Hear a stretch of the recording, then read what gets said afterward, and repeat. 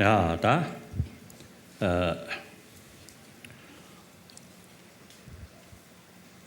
시를 읽고 나리야. 그것을 러버는 시리 가사 뭐라 지달라버지 시계는 와서 지달라버지 시계에 나와다 주스 봐서 좀 보면서 온줄라 그러네 산다버시는 데도 아니 저기 보면 강로 싫어 받으시 봐 삼모 잡아 대바대 대전나 뭐 따와차대 풍봉가 뭐 대다져라 이 동마다 뭐 야다 뭐 저서 따오 신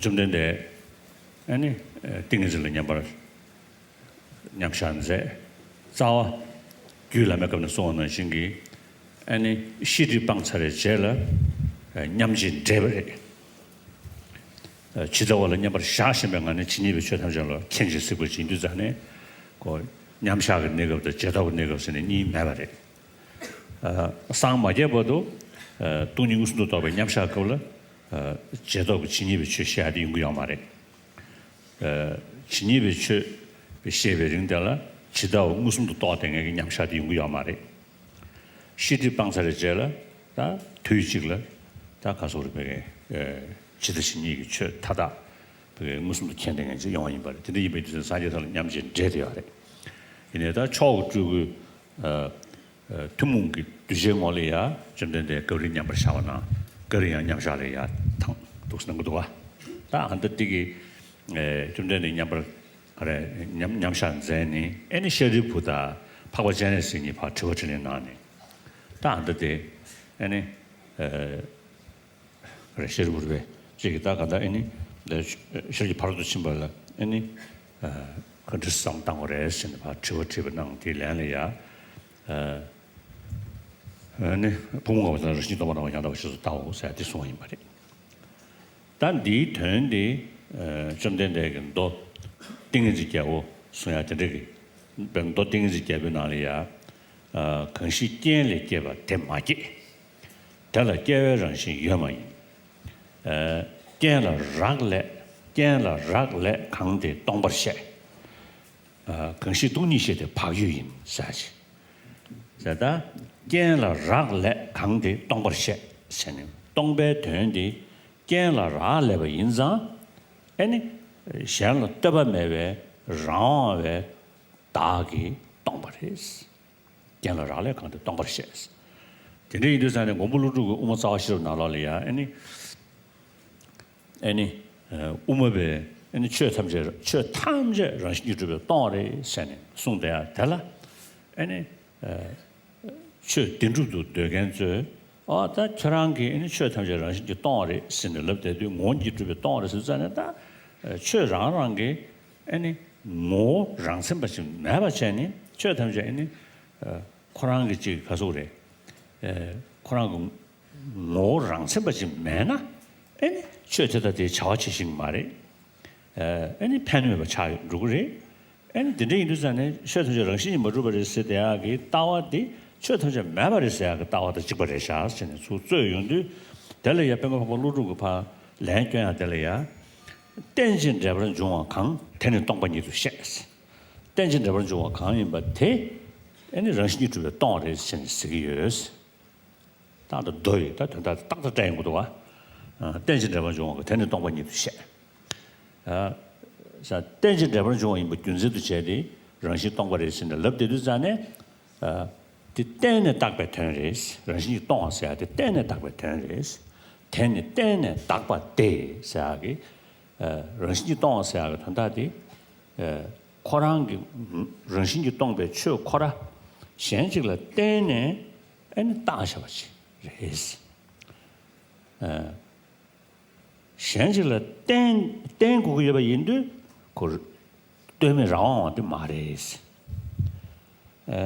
땡배관에 다여버 다데 주버 인도산에 매바 말레스 진짜 인도 진이 우메라미노스 어디 때는 딱배 아니 런신 때는 딱고 준세도 제대로 런신이 동아리 세대한테 가서 우리 그게 딱봐 예배 탓때 말이 딱봐 예배 탓을 통하지 말이 차바 때는 매배 타에 통하지 말이 디 딱제가 타다 제외 우메 아니 다 우메 전지레스 다 우마리아 아니 라모 우마 아니 그래 랑신 우마 디르스고도와 아니 슝 우마 디르 용데도와 자다 안데디 랑신 우마 스님도다 가다 전주 우마디 딱제가 타다 제외 유수 내등에 집에 있잖아요 우마레스 디스트리션도 쉐벨로디 우메 따와레스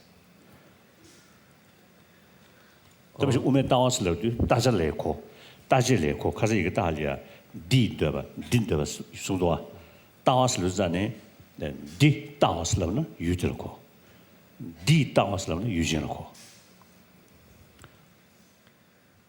首先先要声明，昨天有一个地方 In the Heart Sutra, there's mentioned that in the Heart Sutra, there's mentioned that during the discussion between the Avalokiteshvara and Shariputra, it is Shariputra who asked the question as to how the children of the lineage who wants to practice, who wants to pursue through the path to enlightenment should train themselves. So while the discussion was happening, the Buddha was immersed into the deep meditative state of emptiness. And there, in true sense, in terms of the Buddha, he has obtained such a quality to abide in the meditative concentration, immersed into emptiness, non-dualistically, at the same time getting access to all the conventional things. And whereas in the case of the non-Buddhas, or those who are yet to achieve Buddhahood, so while they're immersed into emptiness, they cannot have access to the conventional reality. And whereas while having access to the conventional realities, they cannot have access to non-dualistic experience of emptiness. So it is only when somebody is able to eliminate the subtlest of the stains or the obscuration, which is the obscuration to omniscience, that one can have a direct access to both the kind of the realities, the conventional as well as the ultimate. So, however, in the case of the Buddha, in the form of the Nirmanakaya or the manifestation form, so he then assumes a state of entering into meditative concentration, immersed into emptiness, and then on another time waking up from that meditative concentration. So it is the scenario is such that the Buddha is immersed in that state of meditative concentration, and the discussion was being held between Shariputra and Avalokiteshvara. Shariputra asking the question as to the Hasra says that how should any child of the lineage train who wishes to practice the activity of the profound perfection of wisdom? And Avalokiteshvara, Avalokiteshvara responding, Shariputra, any son of the lineage or daughter of the lineage who wishes to practice the activity of the profound perfection of wisdom should look upon it like this, correctly and repeatedly beholding those five aggregates also as empty of inherent nature. So the meaning of what is being said here, the discussion between these two, is being very clearly stated in the King of Meditative Concentration, the sutra, the King of Meditative Concentration Sutra, where it says that whatever is dependent on conditions should be lacking, should be unborn, and then should be unborn, indicating that there is no inherent production. And whatever is dependent on the conditions, it is emptiness of inherent nature. And whosoever understands this emptiness nature, he resides in great relaxation. So this is what is being said there in the King of Meditative Concentration Sutra. And then in the Fundamental Wisdom of the Middle Way by Nagarjuna. So when the Madhyamikas, they are positing the assertion that everything is lacking inherent nature or objective reality, then the lower schools, they retorted to this position, saying that if everything is lacking inherent nature, then how can you posit the functionality? How can you posit that things can have benefit and effect? on others. So then lower schools, they kind of conclude saying that the Madhyamikas, they are in fact they fall into the extreme of nihilism. And as a response to this, Nagarjuna says that everything which is dependent origination should necessarily be lacking independent existence, and which is and something which is dependent originated should be. As such, everything is of the nature of dependent origination. And this understanding of dependent origination in the context of emptiness of independent existence is following the middle path. So again, this what Nagarjuna stated here in the fundamental wisdom of the middle way, very strongly resonates what is said there in the King of the Meditative Concentration Sutra. So, what Nagarjuna is saying here is that everything which is dependent origination is emptiness nature, meaning that everything which is dependent originated should be lacking independent or inherent nature. And then when he says, as such, everything is of nature of dependent origination, here he is implying the mutuality of the emptiness nature and the dependent origination, saying that whatever is emptiness nature should necessarily be understood in the context of the emptiness of independent existence. Emptiness of independent existence should connote the dependent nature, and again, the dependent nature should connote the emptiness nature of independent existence. And however, when it comes to the understanding of dependent nature, then it implies that something exists. It is not denying the existence of things and events. As such, this understanding leads us to avoid the two extremes: the extreme of nihilism, saying that nothing is existing, and also it avoids one from the extreme of eternalism or the extreme of absolutism, because here you are not saying that all things exist independently or absolutely. So because of your understanding of the emptiness nature, as such, because of this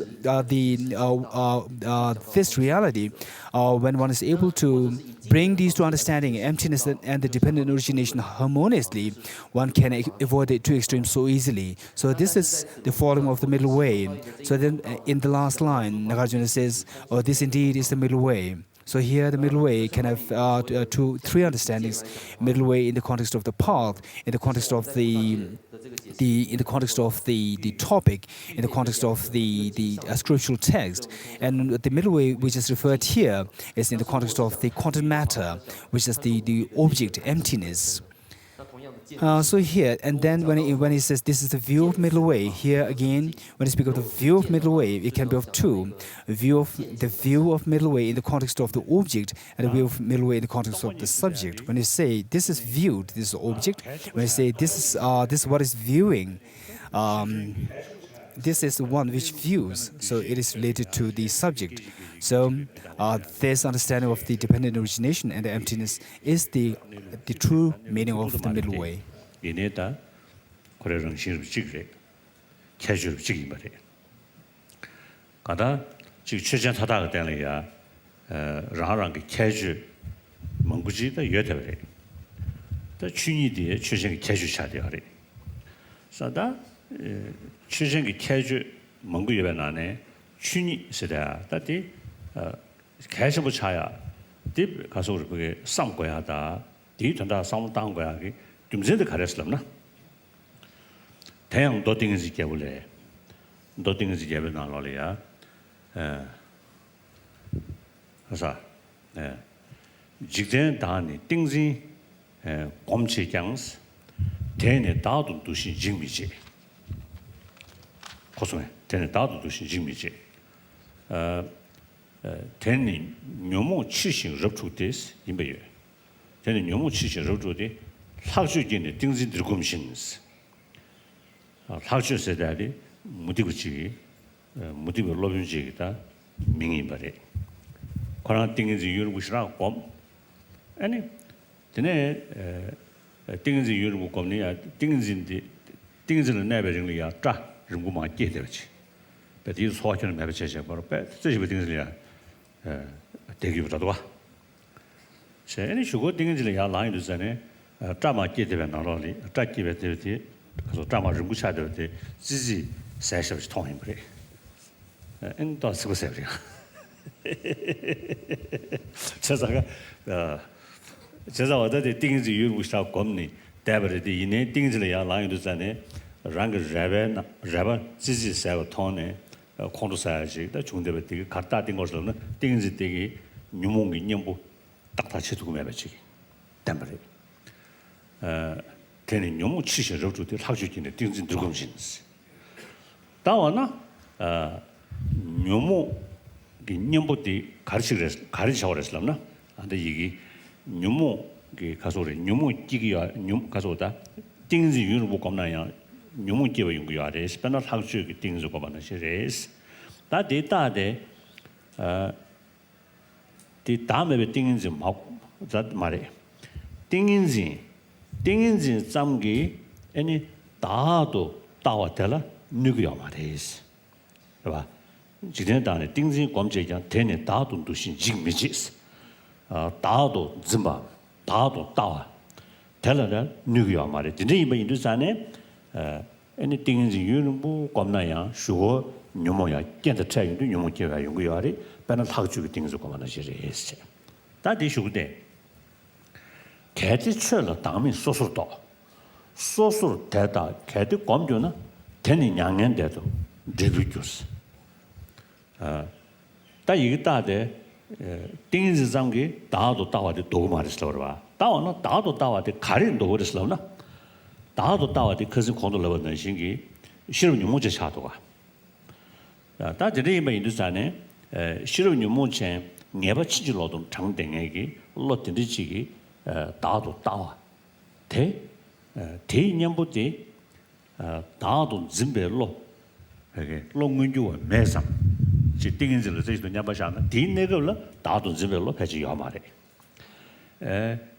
다도 짐벨로 미디와 잠기 다도 짐벨로 누구 야마래스. 다도 짐벨로 능에디 다도 짐벨로 되기 신유 다도 들어서는 다 신유 다디 매바디 네베 로테 다음에도 싫어를 봐.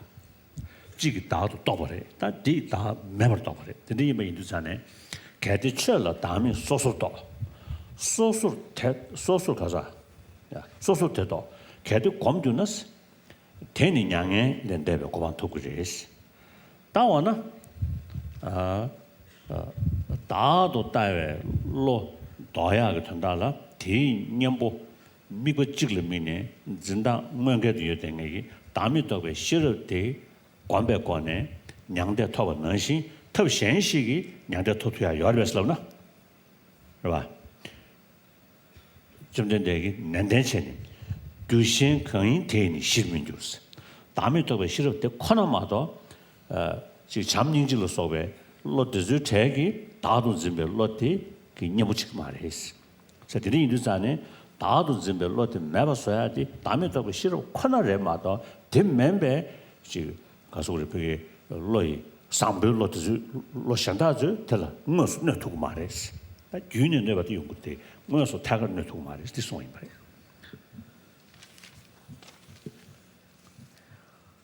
空性是非常重要的，为什么呢？ the emptiness nature of things in events, it forms a very important part, very important characteristic of things in events. Say, everything that exists has its own many characteristics, and emptiness or the ultimate reality is one of these characteristics. And now one may wonder as to why the ultimate reality, referred to as emptiness or independent existence, forms a very important part as a characteristic of the phenomena.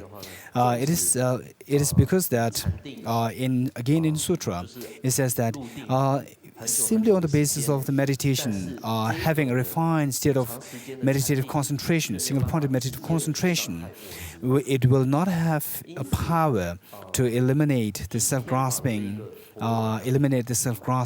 thought. And because of which, afflictive emotions cannot be overcome altogether.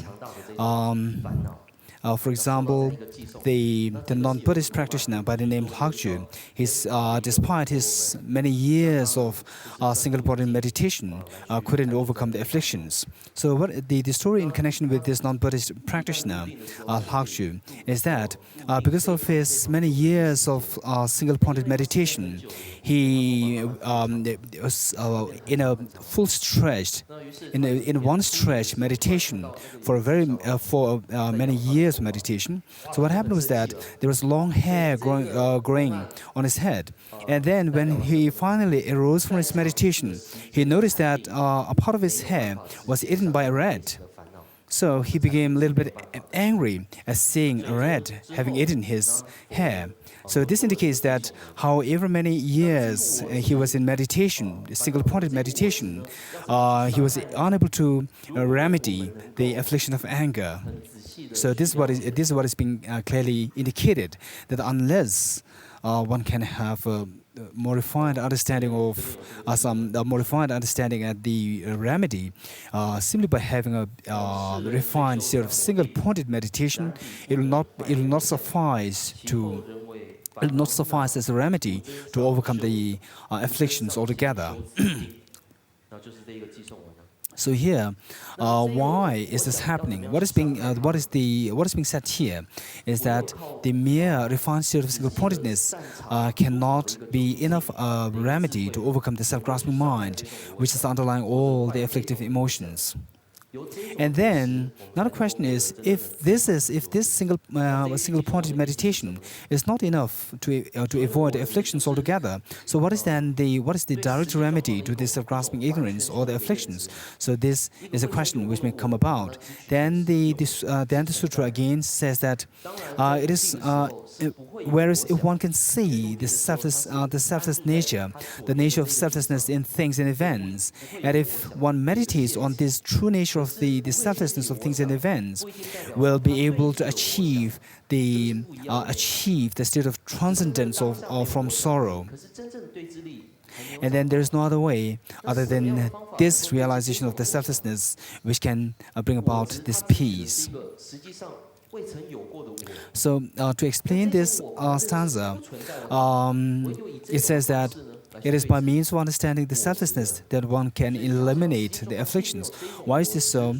All afflictions underlying them is the self-grasping ignorance. And self-grasping ignorance, as we said earlier, it is something described as afflictive wisdom. So wisdom having the connotation of the mental factor, having capacity to discern something. So here, this self-grasping ignorance tends to discern the object so strongly, although in a perverted way. So say, when the non-Buddhist practitioner, when he was in meditation, although he didn't, while in that state of meditation, there is no self-grasping ignorance, but it is not, again, mere absence of the self-grasping ignorance is not the remedy to the self-grasping ignorance. So it is only by understanding the true nature of this selflessness in things and events that one can overcome the self-grasping ignorance. So there's no other way other than this true understanding of selflessness, there's no other way other than this true understanding of selflessness that can overcome the self-grasping ignorance and the afflictions altogether. Even the compassion and so forth, they are not the direct remedy to the afflictions. They can be indirect applications to overcome afflictions.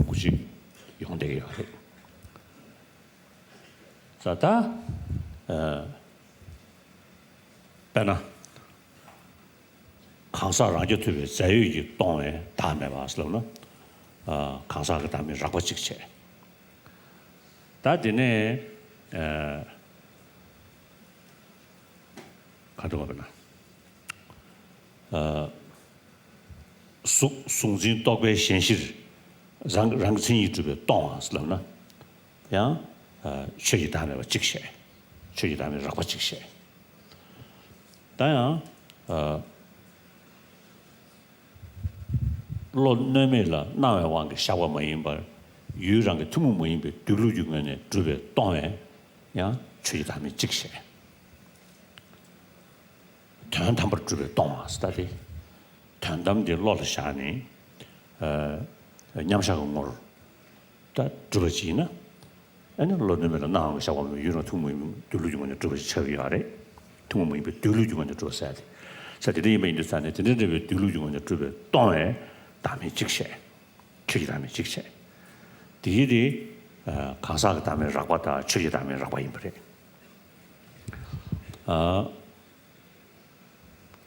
다른 시기 순진 자신도 주변动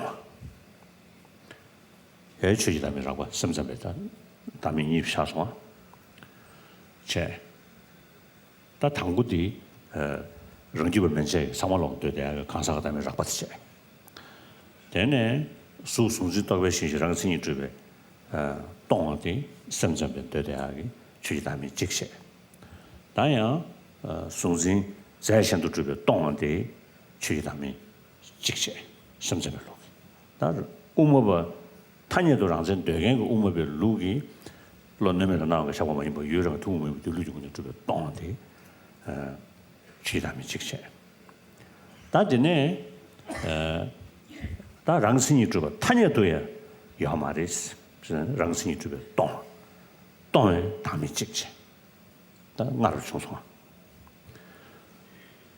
다디 다음에 샤샤버 되게 어다 최저랑시 주변 동아신 다음에 디샤인도 강사 랑선이 가자 저사네 랑주트비 자유주 동아서 뭐인 봐 강사 거라 랑주트비 동아 자되게 하래 다 강사 다음에 참고질 레송아 최지 다음에 참고 샤인도 전에 강사가 땡게 다음에 참고질 레는 것도 와 어다 드리르보다 다음에 봐 세하고 töönle 맨날 같이 레송아 답변은 안들어봤을래나 다음에 말이지 대상으로 낭배 나고 산제에 좀더 마워서 송샤가래 좀된 되게 너의쿵 디를 이해버리겠다 사실은 이번 인도산에 다 다음에 멍구치다 예배 나네 다 텔다 처음에 서울다 처음에 컨디스 시작을 했었나 좀 된데 까sam이 뭐 준세도잖아 대상으로 좀 된데 까를 이해버려 폐지요래 사실은 이르산에 좀 된데 까 장장을 샤샤고 주나 대인이 처음에 주소 말아 다 컨디스 저거 했었나 아니 루주야 세게 다 릭베소 그러나 오마자시로 선배 루주군 자베 중대라 릭소 서도와 민거라 토미기 제가本来 군주로 샤샤나 응원받 군리 뛰바스라 응원배 중내 주 뛰샤바스 송도가 다 다른 루루랑 샤샤네 독군리 뛰바스라도 거라 롱조지 되는 것도가 다 안듯이 자시로 저 샤샤나 롱송송도 가서 롱치부치부터 송고 여러 때 이네 쪼르티 리버 거라가는 루기가 인도산에 리버 소스도가 저상하다 리벌을 된 거다 가서는 롱장장을 된 거 주나 다음에 수가 샤샤부터 이 상황으로 롱고 흥미 하러 왔다 그래서 뒤에 이번 인도선에 다 리벌을 때네 아니 다음에 또 컨실을 리벌 나봐 또 가면 도가 다음에 또 컨실라 가수를 그게 따왔디 시샤제 대베이나 따왔디 시샤제 샤베이나 근두도 가면 도가 난게도 가면 도가 다 리벌 제 다다와 컨시 리베 나바 메팅에 리베 주지게 되봐 다디 다 쳐서 저거로 와 리베라는 제인도 전에 다 처음에 쓰기로 와 자, 뒤에 인도산에 다 루주기 직선제니 다와면 다음에 베터 제루면 다도 수예배 나네 다 터두디 더길러 대하게 댄신 대버는 좀 인상 모니 주변 동아리 쓰대야다 러신 주변 동아서다 디스송게 그래 됐다 쳐리스 디스송게 그래 근데 다 대인배 주지 당연한 수 냠뇽을 잘 상을 담이나 그라 냠뇽을 잘 상을 담이나 강사 란주트베 자유지 동에 담이 담에 베터 꼼니 집에 생각되는 배 네번째 되베 집에 이나야 강사 강도 다베 시 풍소를 더 된지 기그로 풍소 된지 기그로 풍소를 된지 개용 티 gembe 아니 풍소를 차과 된대기 차단 걸로 그 뛰어도가 다가는 신기 가서 우리 보는 송진이 동기 대관하니 시야윤도 다 송진 떡배 현실 tanjingmen zhuo yao ma de xian di tar du yun du ani sem ge nang cha zam re xin song zin yi dong xian ge ya de song zin yi dong xian xia ba di ge song zin在他的都这边当xian xia ba di ge qi song le ming ne 这个阿泰个怎么马用呀带了带呢qi song le mi be cha dang chen bu nyu lu ra yong da ka ba re de yin ne nang怎么 진배 디도 영화를 민네 차단해야 용도가 진배 영화에 디도 가서 우리 그게 디도라 아태긴 진배게 돼야 될 치송 영화를 패마송 자다디 캡처블 리미도 다데네 단 영화 사디 우모버 탄예도 랑제 시간 되기团他们大把么做不热线送给阿的团他们랑제么做不热线送等的되기 탄예도 뭐 보카도 강이네 전직면에 여버지送것도 와 전직면에 여버지写시는 게 알아 그래서 강사 쓰르잖아요 강사 쓰되 강사의 전직면에 덕식면에 요거로 왔다 덕식면에 요구도 전에 강사 쓰대 탄예 다서디 탈도나 탄예 다서님도 강사 뭐 송용도 천시 뭐 송용도 전에 이지 나버셔바데 다 천시에서 송도가 로벨 랭데데 다가는 신기 kenji shiwotsu di sungu yorba. Senshi yi namshi si sungu duwa. Da dinde indu zane, da dinde ge tanya do rangzen shegen di, ene, ngobu kanda kanyi ne, tenji ngoy ne, korang parmu ne yodeba chi, da shi yorba. Da di, korang ge nilu su zhu yoda me sene, korang ge tini du zhu yoda me sene, jia indu zane mabare. 대한 담을 못 줘. 시험마도 거라 타녀도 랑생 예발했어와. 자, 근데 인도산에 그 팔문에 상당한 게 뭐부시 팔문에 담바와 예대버지 상당 예대버지다 가서 그래. 캘린션이다. 예버지 이지션 대류산에 텔미베 차당 참고 지그레스. 그래서 그래. 다디 아주 사무샤당 과지르샤. 사무쇼당 과지르샤. 자, 근데 인도산에 타녀도의 랑zen 세기 미시긴 디루기 아니 차다 참으시어야 돼. 녀몽 참으시어야 돼. 런주바 면세가 로 튼든지야 지 롱딜라 아니야 차다 유달의 현실 차과다 유달의 민도의 대비 차과에 로 참으시어야 돼 버지. 자, 이제 숨으리다. 자, 이제 이번 인도산에 다오 녀몽의 낭색 차라 야 샤야지. 강사랑 주도에 자유지 강사랑 유튜브에 자유도 집에 진배 장배 차단식 다 해지도 슬로쇼면로 송어 된주든 집에 진배 장배 차단 진배 된주든 집에 진배 장배 차단 단 담발 담발 못 줘버리 단 담발 랑생이 못 줘버리디 이나야 타녀도 랑생 여벌 진배 대 장배 차단 용서를 봐 자, 이제 이면도 산에 다 가서 우리 보기 즈버 가망가마 대 매버지 즈버 가망가마 되게 신유 매버 또니 다 신유 매버 또베 따외 제바 마냐베ring라 즈버 다 차차도가 즈버 치마치마 디디 문주도 개초도가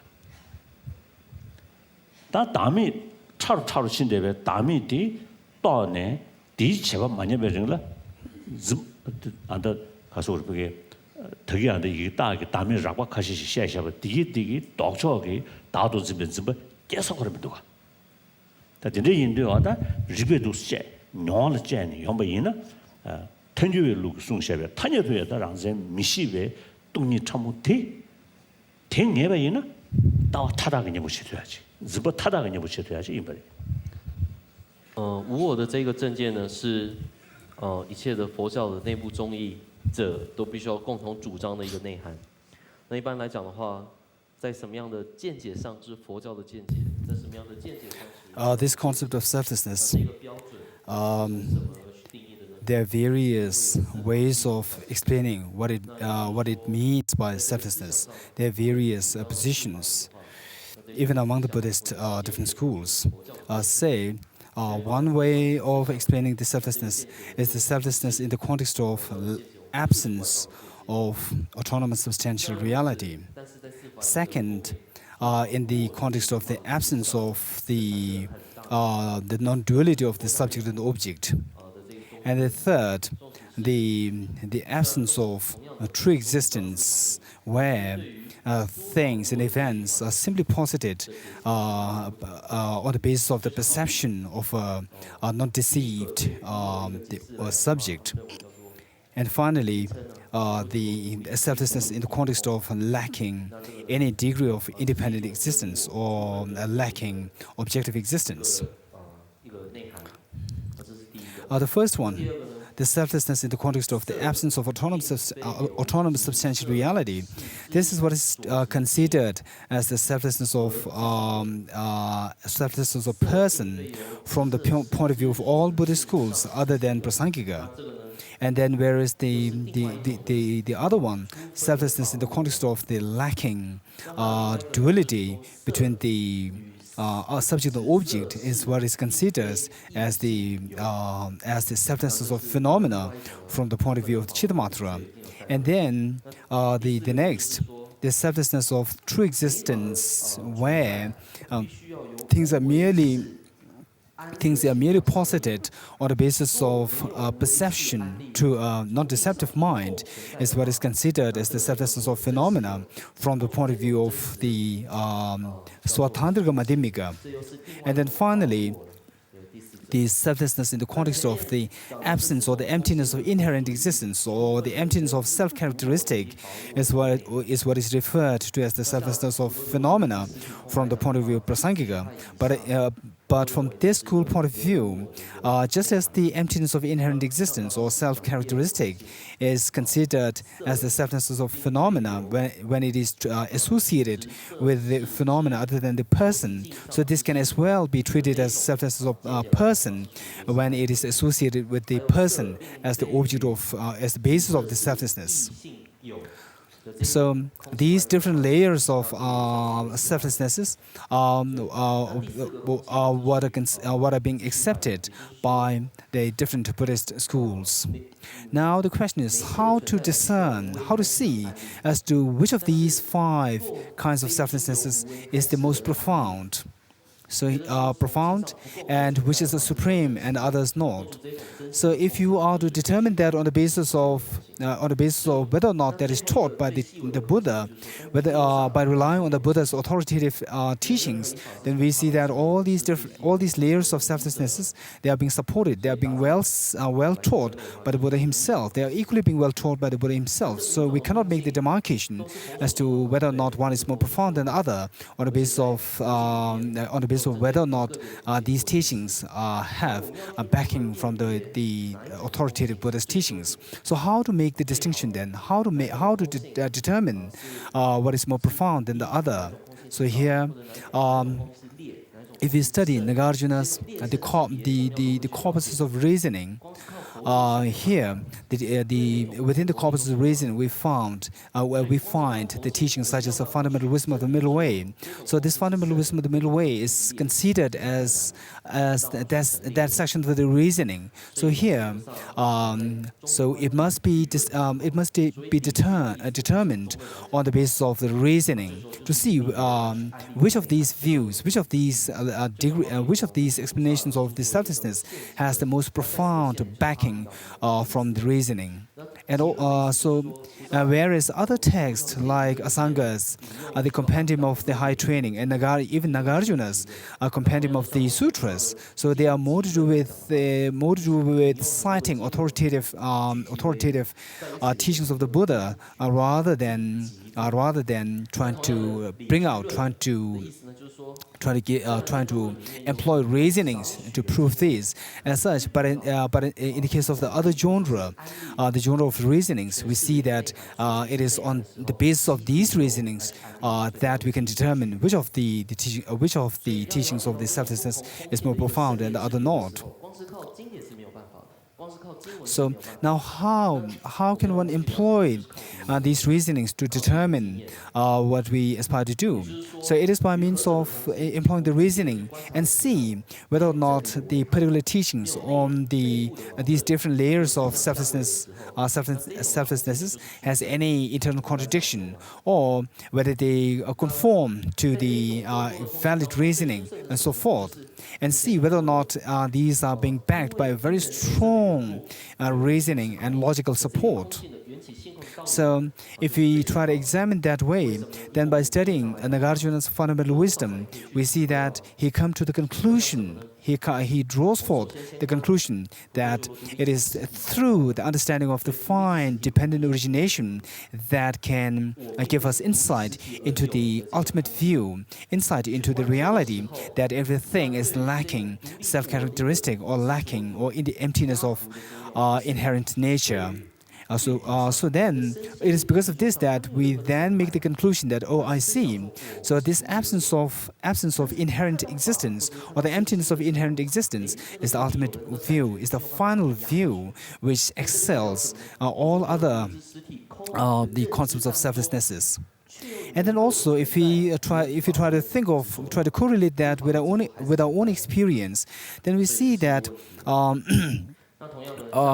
That when we have some degree of understanding of the emptiness of autonomous substantial reality, the first layer of the selflessness, so still there is every room for us to generate in us attachment towards the aggregates, such as form and mind and so forth. And also, so this indicates that the understanding of the emptiness of autonomous substantial reality is not the ultimate view, because while you are having a very the deep experience of that, still the finer levels of attachment can arise.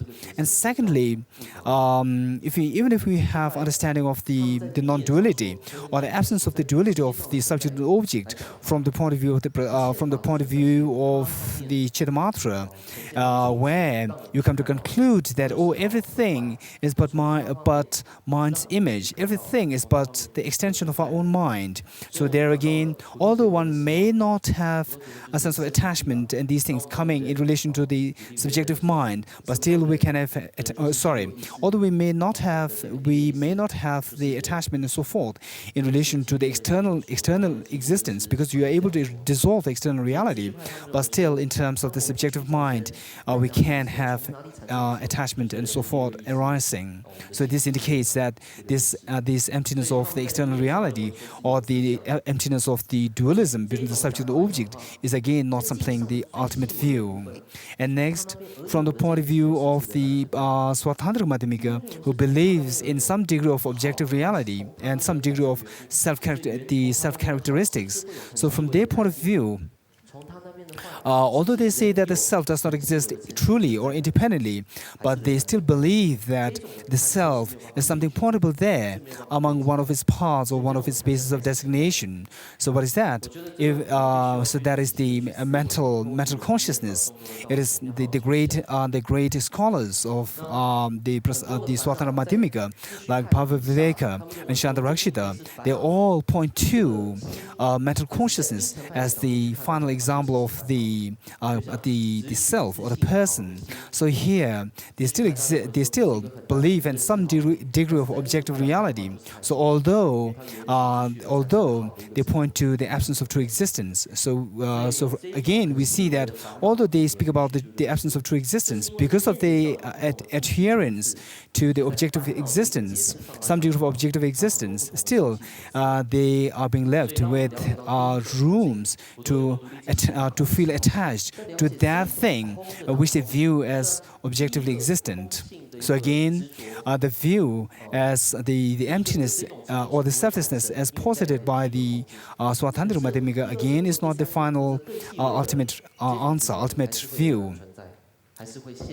And whereas from the point of view of Prasangika, even that slight degree of objective existence, which is posited as something valid by the Swatandra Madhyamika, Prasangika says that this is not a valid, this is not at all existent.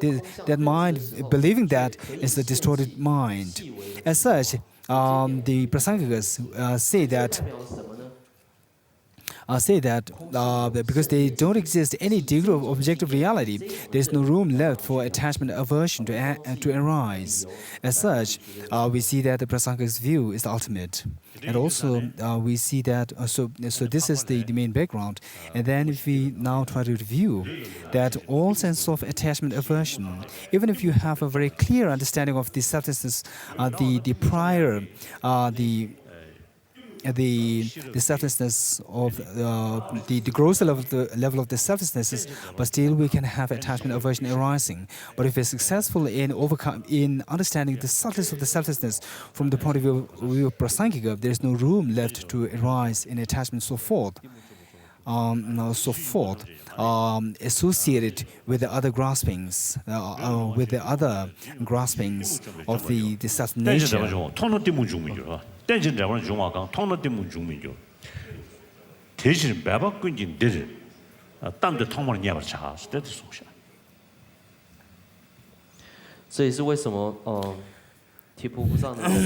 And then in Aryadeva's father stanzas, everything is summarized so well, saying that all afflictive emotions, they are finally rooted to this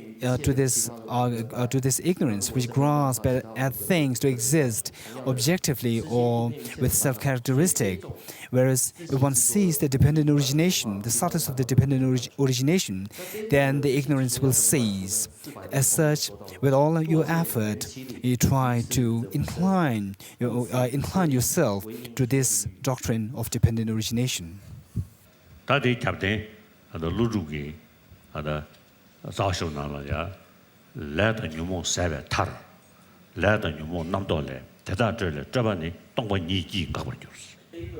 And as a backing to this Aryadeva's teaching, Nagarjuna says that it is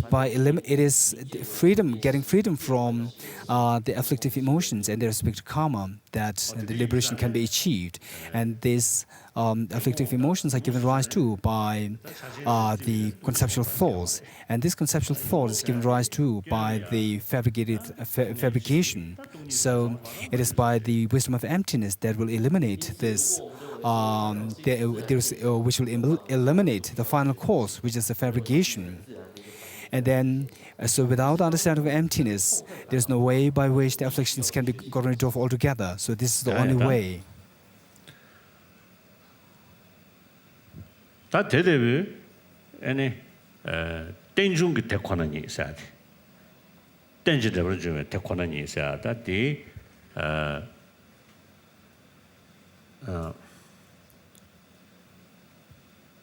어떤 디수요냐 쉽게 변하리야. 산지 기순 꼭주르체. 건시 태숨 견주와 대의 동반이 땐때 디니 권을 이지샤스. 산지 기순배 처리야 태솜으로 제제 그게 네바로 네바 많이 베컵라스 다 아니 동반이 상담 거래스 단지대로 좀 동반이 된다고 상담을 이나 아니 라트야 줘야스 배는 곡된세야 디 냥대세야 동반이 상담이 라트 보도와 서들이 메이드자네 다가는 신 어레다 서들이 메이드자네 아니 상지 기술 고교체 거시 특성 개념 대인 동바 니 땐데스 다 동바 땡중 동바 사디시고다 동바 참은데 땡중 그 동바 대 남샤 스네미도 대 예루 다 대예루 스네 대추 대거 아니 로종천이 셴버지 좋나 아니 타발이야 내가 토트하신 거래스 대주나 아니 안데디 반대 철학에 참여나려야 조요토는 밀루칠 샬라져서 봐고 인스 조 다다 아주 좁자 뭔도 등엘이 니가 난그 조의 엘리레스 조 엘리게 엘리 사대 과차야지다 엘리의 주베 탑주디디 야우시에보다 야우시에네 좀 된대기 다 엘리 주베 수송셔버대 아니 뭐냐라 앞에 주진다 뭐 균센다 뭐 네번이야 유도 또 삼버지기 네번이 인도산에 아니 신고 때문에 뭔도 주베 탑주 랜드 차시차가 남샤 된셔버 드즈텔이 아니 이지레 토그레스 소요탄은 밀루칠 샬르스 하고 있어. And again, in further stanzas by Arideva, he says that the teachings on the absolutely hidden topics given by the Buddha. So if one arises a doubt in such teachings, then it is through understanding the emptiness which is taught by the Buddha that one can have deep conviction and faith in even those teachings the Buddha gave on the absolutely hidden topics. So what is being said here is that it is through understanding of emptiness that one will have a deep sense of conviction arising in terms of the topics such as the cessation, the truth of cessation, the nirvana, and so forth. So this is what can be achieved through gaining true insight into the emptiness on the basis of dependent origination, and also in Pramanavartika by Dharmakirti, he says that because the Buddha is non-deceptive when it comes to the primary object, primary teaching. So from there you can infer the validity of the minor teachings the Buddha taught. So here the primary teaching, by that it is referred to the teachings on as to how to achieve liberation and so forth, and the minor teaching referring to the teaching on the law of causality and how to achieve the favorable birth and so forth. 당하는 신그 쿠류 과인비네리 당하는 신그 최대한 과인비네리 지지조 디지 과인네리 강다 강래야 땡중 다와디 판도샤르샤 그래서는 땡중 다와디 또 삼로디 바 다시부 차도야지 그 균제기 땡중 그 삼로 거윤도 다다다데 니주 멍구지 아니 나를 규진 차상 좀 심부시 차체 근데 인도 지금 변한 민두버 지기 땡해 주버 있나야 다데 규진 상황 좀 심버리 단 너도 말에 삼 자연도 개들줘서 매너네 텔레미가 차지였어 손은 시리다 텔레미가 차지패스 산데레 다 다가는 신기 때는 딱 와서야 돼 게임 멍구질을 다 균제기 땡디스로나 대망 계절와다 뒤 계절도와 다 때는 딱 와서 이나 그 다다랑 편준 제대버디디 된다 레고도와 다 되는 인도산에 어다 균제기 땡중 삼배타네 제 땡에를 집이나 다 민두베 된다 집이나 다 주어서 말에 삼천대야 지 마음발라 중줄라 동해 대도 민두베 인도산에 다다네 명과체야라 쇼기하지 때는 딱 왔으면 다다외 편주직질을 제대로 통보이나 대변 뭐고 이내리 민두변 뭐고 이내리 주제 된 대단테 그 코라랑 서버지 되면도와 나도 망고지 뒤노도와 딱고 소소 대변 된시나 대고 짱짱시야 주 대짱짱시 된 배주체대야 민두변 신배이나 대 장장야 주체 대 매버 쇠 상담마도 그 게임망고 지리 파 되되게 게임망고 지든 대대바디 마통만 거도라 에는 걸어 지도와 반조 거인들이 최대 거인들이 구유 거인들이 와다 가다 가서 우리 변에 첩식 나는 이베이들이 변에 계신 제외 나는 차샤네 그래서 삽샤도가 그래서 진짜 인도산에 디 내가 유도 셰디 아 가다이네 댄신 잡는 좋아 세하기 따와디 아니 최지고 용선 낭배 쉬어 나는 주버리 디 자사디 사모로 나 자도야 되샤스 디 홀리스틱 싱글보다 용서 통주 홀리스틱 지용도야 뒤통도가 저 가는 거에 내줄래 깨직디 깨먹으러 달려가 봐 띵거에 내줄보다 상 당거에 내줄 뒤 떠야래야 홀리스틱 사도 고도가 진짜 홀리스틱 타네 거에 내줄 떠네 아니 가서 우리 그게 두야지네리 그게 봐 뽕야지네리 코라 지 리얼리스틱 거에 내줄 틈배 탑시 용도가 봐 ngöy nezu de madana ngöy nezu le rembe ngöy nezu de 참배 탑시 de 제동 말아 realistic 사 용도도 와 저들이 인도산에 따와디 편도심 샤르샤 근데 독수진의 시합이 있나 밀 고고시다고 주나 땡중 그 따와디 타네 상로 야오 시단제但你精神这个是想呢的空气嘛的是吧但精神这个是想呢还是的空气是的什么人精神想要的话세 커두코라 지세 에는 남산선이는 이 분구토야 그냥 그거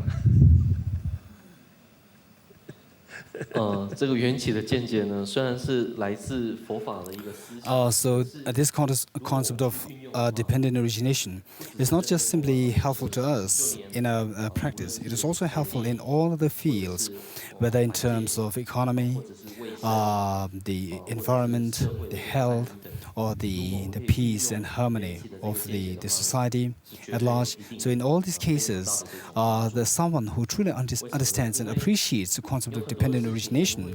He can really deal with these fields more successfully and effectively.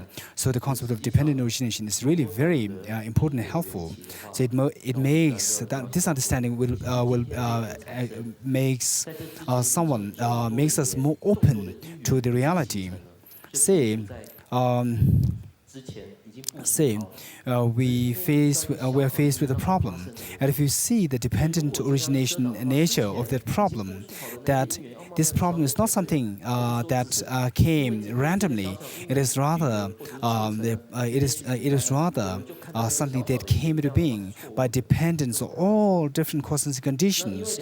So then you're seeing that when all these causes and conditions are gathered, nothing can stop you from this problem. So then you see that this is it. So this problem because they are all causes and conditions gathered. So nothing that we can do. So then you will see that this resonates what is being said by the Shantideva, that if there is a cure to the problem, what need to worry about, and if there is no cure, what benefit is there to worry about? So, and also the dependent origination, broadly speaking, it is of two kinds. One, the dependent origination of causality. So here, we see that how the results are dependent on the causes. So in this case, the dependent origination has to be understood in the context of the temporal differences, the results succeeding the causes. So under this through the understanding of this causality, the dependent origination of causality, what we can do is that when you encounter with a problem, then we see that so since that this is a result that came into being because of all those previous causes and conditions which we have neglected. So now there is nothing we can do. So better not to worry about. One, and secondly, because of your knowing, appreciating the subtle workings of the law of causality, then you tend to take precautions. that such the crisis is not going to be repeated by taking proper precautions, by averting the causing conditions which can potentially give rise to the undesirable results in the future. One. And number two, the dependent origination of the mere imputation. So here, it is not simply on the basis of the temporal, the two objects depending on one another in a temporal differences. Rather, they can be simultaneously existent. The things upon which something depends, and things which depends on the other. So both these are simultaneous. And so, whereas if you don't understand dependent origination well, then when something undesirable happens, then you simply try to blame everything on a single target, and because of this, there's pain, so much of agitation occurring in us. So. Whereas the reality is that everything is heavily dependent, heavily connected to one another. There's no single target to blame upon. So whether in the context of the health, economy, international politics, or whatever, we see that this understanding of the interconnectedness, dependent origination, is truly very helpful. So although this concept of dependent origination is what is taught there in Buddhism, but it's helpful for everyone who is involved in the profession. So this will help us see more holistically the reality, so as to how things are so much dependent on numerous and multitudes of conditions, causes. So this will make us more realistic. So say, for example, to take an extreme example, if you are even to tell a lie, and if you know the workings of the interconnectedness, then you will know that, oh, if I tell this small lie, then somebody will easily discover that. And then you will be more expert in telling the lie by seeing things more holistically, and you're trying to work out with the more profound ways of telling lies.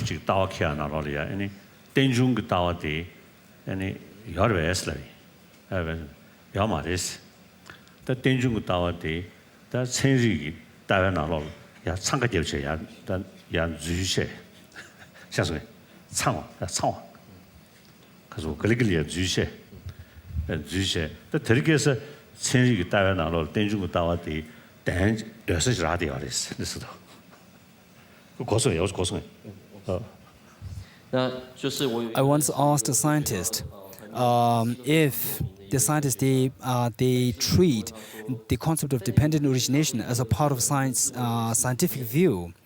And then he said, no, this is not a part of scientific view. But this concept of dependent origination has been trying to creep in so forcefully into this the view of the science. But and now the dependent origination is very successful in getting a seat there in the view of a science. 思想模式里面已经有了缘起键的座位了。这在判断这不晓得是电中导噻的。 So the concept of dependent origination is indeed very beneficial.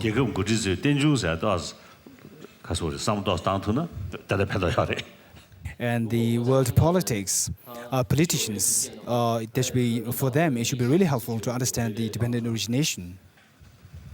And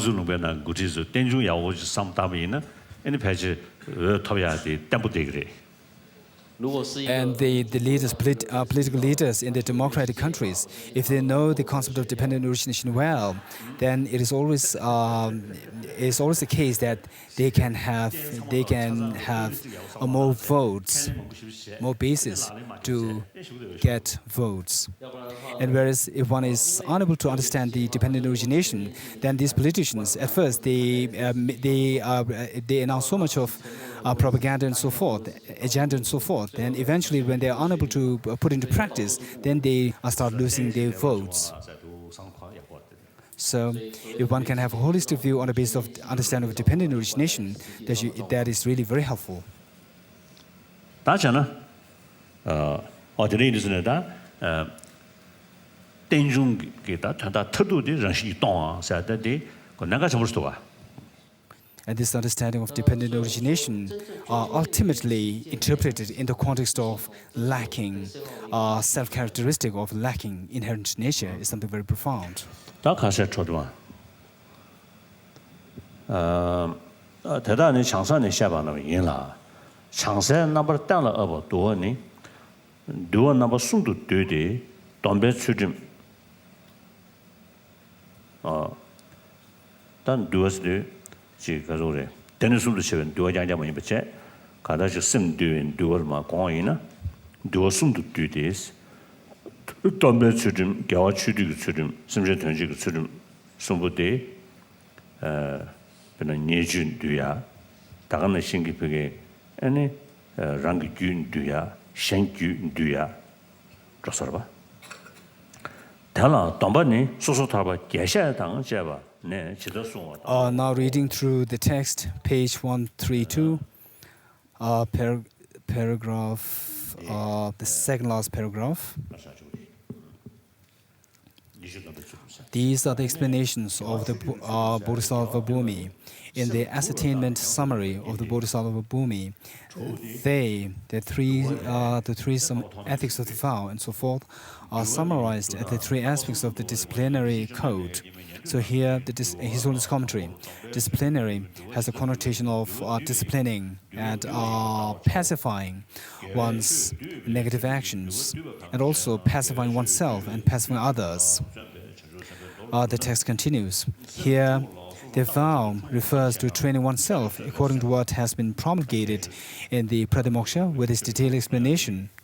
Collecting is to investigate the practice six thoughts.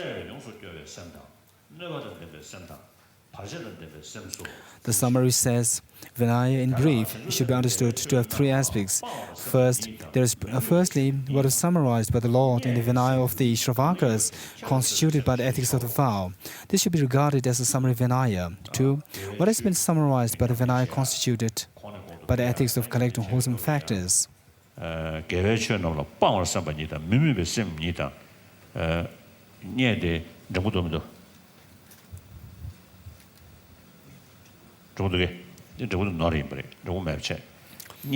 Our text continues. The Bodhisattva applying himself to the ethics of collecting wholesome factors, to be brief, investigates each of six thoughts. What are the six? They are the underestimating thought, and the lazy thought, the hindered thought, the thought worn out of effort, the injured thought, and the interfered with thought. 1. The very thought of forfeiting wholesome bodhisattva factors, the very disinclination for them, or the very thought of not obtaining them, is considered the underestimating thought. 2. Thought involved with indolence, apathy, and carelessness is the lazy thought. 3. The hindered thought is thought involved with any hindrance, beginning with sense desire, among the defilements and the subsidiary defilements. 4. The thought worn out by effort is thought weary of vigorous initiatives and of physical position, and overcome by mental agitation. 5. The injured thought is thought overcome by some injury and incapable of bearing any application. 6. The interfered with thought is thought with an interference such as the love of talking. When these thoughts have arisen, there may or may not be an acquiescence in them, and to allow them may or may not be a fault.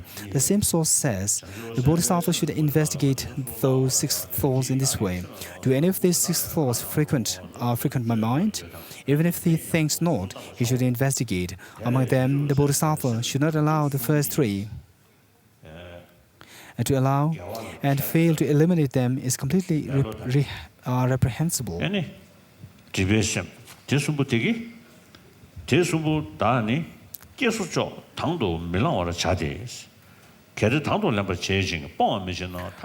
text continues. In the case of thought worn out by effort, there is nothing reprehensible if it thinks. Such thinking will supplant my application to wholesome factors. I should by all means dispel this weariness and confusion of body and mind, and reapply myself to wholesome factors. To think.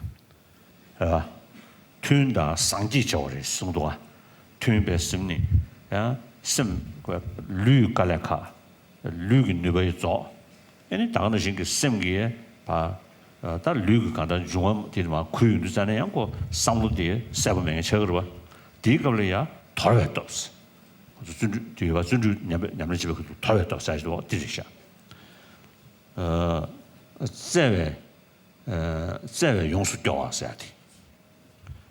자상가다这位용수 교회 셈니 개바나 개든 디데 셈기 개외처 남라. The text continues.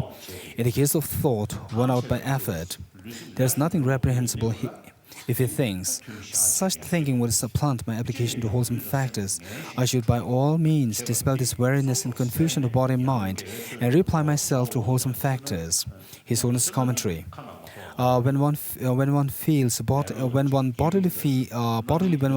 exhausted, and because of which mentally when it is not rigorous and not clear, so then it is advised to stop your meditation or practice for a while. And this is what is referred to as the power of abandoning, power of leaving aside the meditation for a while. The text continues, to think any application of mine will result in suffering for me in the present, so why should I bother?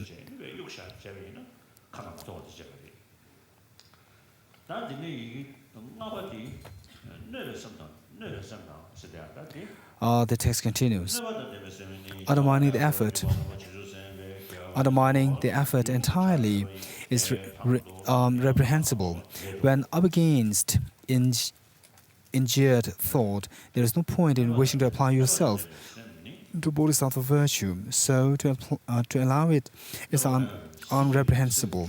When up against and interfered with thought, it is not reprehensible to allow it if wishing to act is pointless. Or if he perceives a greater benefit in not acting, if wishing for it is not pointless, or he perceives that there is no benefit or less benefit, to allow it is reprehensible. Among those 6, to allow the former 3 thoughts is categorically reprehensible. To allow only an injured thought is unreprehensible. To allow the remaining 2 thoughts is reprehensible or not, as specified. 발전된 셈니 냐와 내가 주나 개든 누구로 잘 매장 전체 전부식 양한다고 저주톤에 당돌려버 제반이 카나마토와 매도 야 개직개중 때니 지금 소소한다 곰냠지체 딜레장 개체 럽체 자자가 샴펜더들에 드리지 투베이나 야 가서 랑게 냠내체대야 참샤 임면로 His Holiness commentary. At times, one needs to calculate the merit and the demerit of the situations. Say you are in a meditation, and then there's a situation whereby you have to benefit the other person who is deliberately in need of your help. So there, seeing that the other is more important, other is more urgent, there are times where you have to stop your meditation and go there to help the other person on the altruistic basis. 직도 카나마토와도 잡은 주로 나바든 되면 심 지구니 당도라게 카나마토와 매도 심 상원이지 중아 당도 랑수자니 남장이 카나마토와도 잡아라 카나마토와 매번 주로写送过 심제 전실은 주관나 내 출라다 그 도래 심제지 134 Number 3 Second paragraph. When undertaking to accomplish the welfare of sentient beings, one must investigate 6 topics. The summary says, the Bodhisattva applying himself to the ethics of accomplishing the welfare of sentient beings should investigate 6 topics that need to be thought about. The 6 topics are oneself, others, material poverty, material prosperity, spiritual poverty, and spiritual prosperity. 1. Material poverty refers to not obtaining such things as robes and arms, for which one has no source already, as well as the interruption of those for which there has been a source. 2. Material prosperity is the reverse. 3. Spiritual poverty refers to being without the opportunity to hear verbalizations of the highest teaching spoken by the Tathagata that you have not previously heard, or nor for contemplating what has not yet been contemplated, as well as interferences to hearing and interferences to contemplation, forgetting what has been heard and contemplated, failure to obtain the wholesomeness that comes of meditative cultivation that one has not previously obtained, and the loss of what was previously obtained. 4. Spiritual prosperity is the reverse. Oneself and others are the basis for material and spiritual prosperity and decline.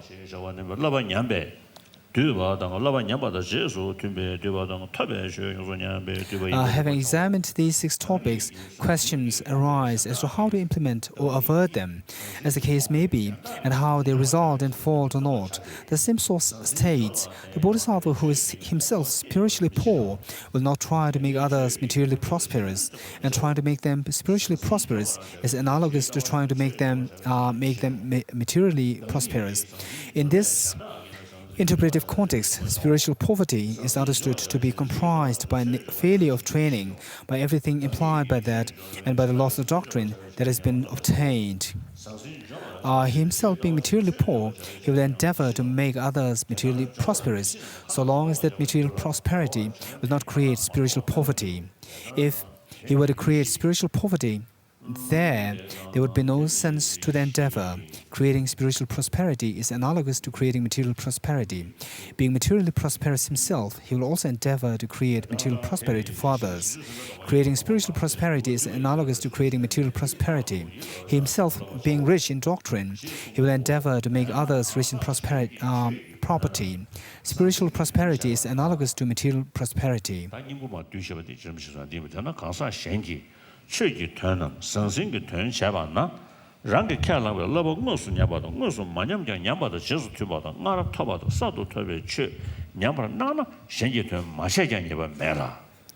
The text continues. So not to apply himself is reprehensible, while applying himself is not. That being the case, this is included within the disciplinary code of someone who has undertaken the Bodhisattva vow.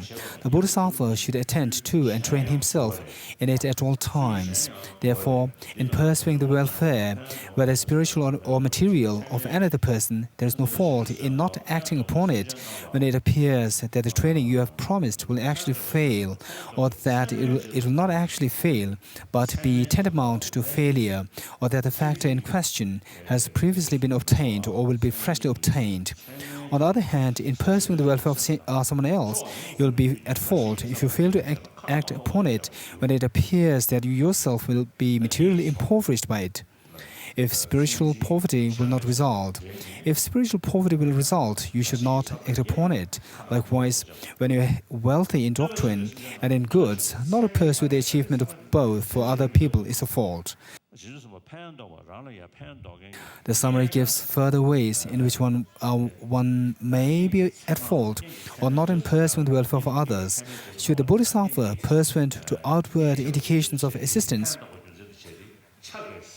in sentient beings who might assist him, generate the attitude of a close friend with a thought of self-interest, or in order to take sides, it is reprehensible. Should he, pursuant to outward indications of harmfulness in sentient beings who may be harmful, generate the attitude of an enemy, thinking of pollution and think of making enemies, it is reprehensible. If he generates an ordinary attitude, an indifferent attitude toward sentient beings who are neither potentially beneficial nor potentially harmful, it is reprehensible. Should someone approach him with an entreaty for monastic ordination and a bodhisattva, the pursuant to a defect of prematurity or the lateness of the time, fail to ordain him, there is nothing reprehensible. If he sets up a thought of compassion, then conferring it despite the hour, is also unreprehensible. On the model of ordination, we can understand doing a higher ordination, giving oneself as a resource, and attracting a following. The three aggregates of Bodhisattva ethics should be fulfilled in these ways. Accordingly, the Bodhisattva vow taker must train himself in making the three branches of ethics the most cherished thing. The key point, however, is to strive to train oneself in the ethics of the vow that is shared by the 7 Pratimoksha classes. The summary says, among these three aspects of ethics, this is the case. Ethics of the vow involves collecting and creating prosperity, bound to and keeping it. One is bound to and keeping other vows as well, whereas not bound to or no keeping it, the others are neither bound to nor kept either. Therefore, failure of the Bodhisattva's vow of ethics may be said to constitute failure of all his vows. 다 수림 치만이기 그게 뒤진다고 수림 치만이 배개심 잡아셔야 싸워르디 니주도 수림들이 소원이 말해. His student's commentary. What is being said here is that the ethics of the vows is indeed the ground, is indeed the basis for a fruitful other two ethics, the ethics of accumulating virtues and the ethics of performing the deeds or the welfare of sentient beings. The text continues, objection. Does the above wording imply that when taking the Bodhisattva vow, one may take...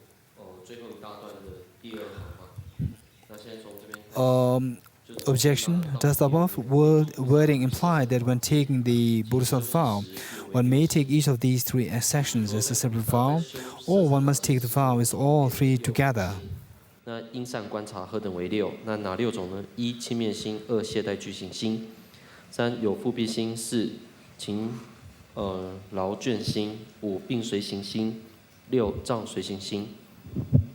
有这2者。那至于后面庄大师有做到个别心的这个解释，但是我们就直接跳到第4个叫做勤劳倦心，现在前10的这一段，大概是中间的这部分。勤劳倦心，现在前10，有此心故，舍善方便。若为暂息身心疲劳，当于善法多修习者，当之无罪。那这句话的意思是什么呢？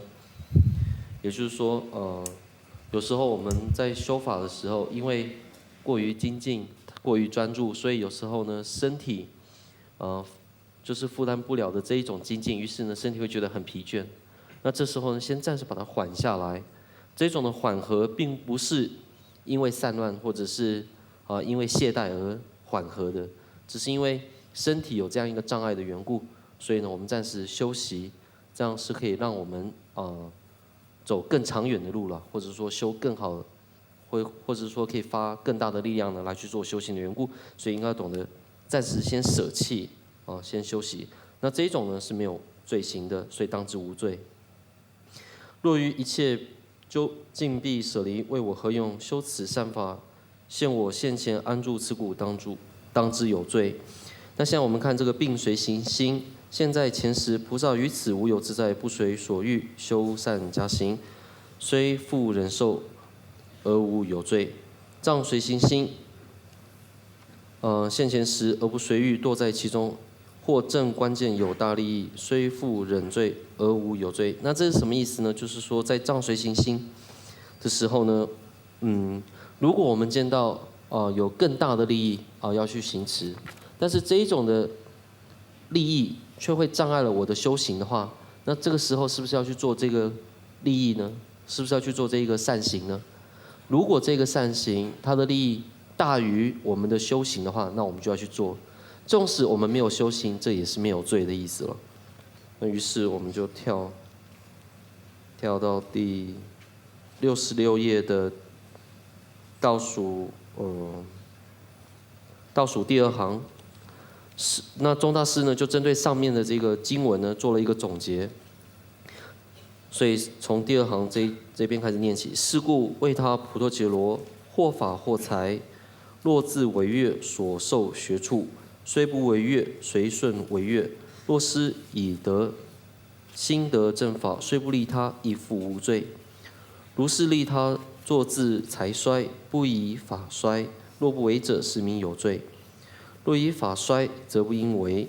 如是能令自财法盛，而不为他作此恶者，皆名有罪。所以在此就针对上面所说的法衰啊，或者是财衰等，到底哪一种是有罪，哪一种无罪的这个总结，这3行是说到这个总义的部分呢。那比较详细的部分呢，我们在第67页的第2大段的时候可以看到，摄觉则分云：若诸菩萨于己有恩，诸有情所，随顺恩享，以贪心，随着这种恩享，以有染心、摄朋党心，相续发起亲友意乐，这个是有罪的。若于有怨，诸有情所，随顺怨想，以嗔恨心、以恚浊心、执怨敌心，相续发起怨处意乐，当知有罪，这是有罪的。若于无恩无怨，诸有情所，相续发起中庸意乐，放舍意乐，当知有罪。因为当时菩萨在受菩萨戒的时候呢，已经有承诺说，我不愿意或者我不会放弃任何一个有情，所以只要有一个舍意乐，所谓舍意乐的意思就是说，放弃任何一个有情的话呢，那这个是会违背戒条，所以当知有罪。若有现前求欲出家，随顺观察，时有过患，皆有过患。时有过患，皆有过患的意思呢，就是说，可能这个时机不是很适合的意思了。那不度出家，当知无罪。若有安住悲悯彼心，虽度出家，亦无有罪。若疏出家戒，受具足戒，与作依止，设为徒众，当知一讹。由此等相，菩萨所有3种蕴戒皆得圆满。那这一上最主要就是针对上述所说的有罪无罪的做一个总结了。那于是在下就说到了菩萨的3大主戒里面呢，那个律仪戒是最重要的。所以中大师在此说到：如是正受诸律仪矣，虽于3戒皆须修学，然最要者、最重要的呢是什么呢？就是律仪戒，共同7众别解脱学处，犹当勤学。为什么呢？因为摄觉则分里面有说到了，此3种戒由律仪戒之所摄持，令其和。有了律仪戒的话，其他2种戒就会存在了。若于此精进守护，亦能精进守护于恶。如果这个精进修学律仪戒的话，其他2者就能精进守护。然有于此不能守护，亦于恶不能守护。是故若有毁律仪戒，名毁一切菩萨律仪。어느 전주선배 동발 내바는 수료 숨부 대 철에 동발 송도 롱음 숨셔서 차는 동발 송그 셴나스 장승기 동발니 소소 타바 따라 동발 리망고 메기. Page 136, third paragraph. Objection. Does the above wording imply that when taking the Bodhisattva vow, one may take each of these 3 sections as a separate vow, or one must take the vow as all 3 together? So those who want to go to relieve themselves, please do that, and I'll continue reading the text.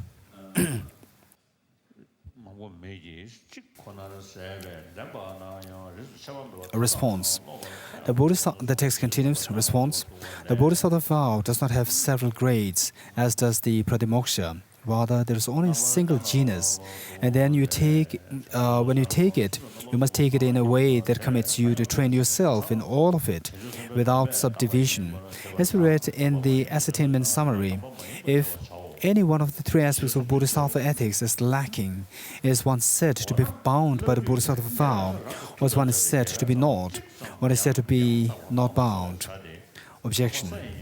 But the Shiksha Samuchaya says, therefore you should undertake and hold on to only one good route in accord with your capability. The noble Gishidagarbha scripture says, Buddhahood comes by means of these 10 wholesome courses, yet someone who does not keep a single wholesome course of action during his entire life nonetheless says, I'm a member of the greater vehicle, I'm seeking supreme, right and full awakening. That person, that consummate hypocrite, that great liar, is deceitfully breaking a promise to the whole world made before all the Lord Buddhas. He will die in delusion and fall into great distress. For as long as you are able, you should undertake and maintain what is wholesome. What this is may be seen in the Vaishajuguru Vaidurya Prabharaja scripture. Why is the Bodhisattva now vow explained here as undertaking this training in sections? Response: this is not a matter of the Bodhisattva vow, but of the aspiration of thought that has been generated. What is being said is that if you are incapable of taking the Bodhisattva vow, then familiarize yourself with it by practicing individual basis of training as long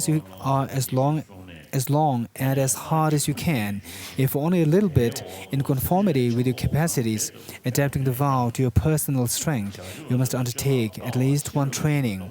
To fail to do so is to incur disadvantages such as breaking faith with the whole world, including the Buddhas with their disciples as well as gods. This is what the scriptural tradition that is cited means. What follows it is this: the great being who has heard such statements will nonetheless, wisely recognizing how difficult the course of the Bodhisattva really is, be encouraged to take up the responsibility of guarding all people from suffering. He will. This latter passage describes the taking of the Bodhisattva vow by someone who has already committed himself to the training and heard the disadvantages of not keeping it.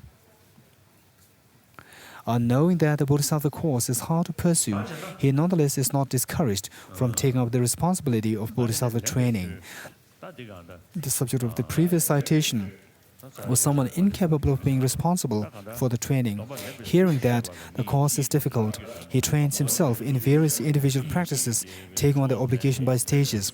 When his intellectual capacity has expanded, he will, in taking the vow, understand it by making the Pasajuguru scripture his source of clarification. This is what should be understood from that scripture. Point 2. Explanation of how to take the vow. 2 parts: generalizations and the actual body of the explanation. First, generalization. Master Nagarjuna composed a ceremony for the generation of the thought. No vow ceremony had previously been composed. What his ceremony for the generation of the thought says is, let the thought of best awakening be created. Let me be the host for all sentient beings. Let me cause the pleasant course to best awakening. Let me attain Buddhahood for the benefit of the world.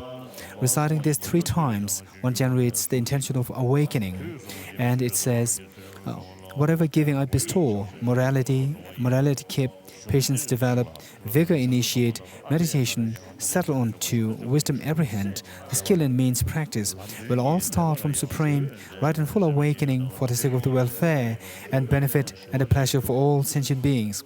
I'll follow bodhisattvas of the past, the present, and the future, the great heroes, those with great compassion, who participate in the greater vehicle, who dwell on a high stage. I am now a bodhisattva, and I entreat the noble ones to recognize my bodhisattvahood. Here, one finds him promising to train in the practices and to follow bodhisattvas of the past.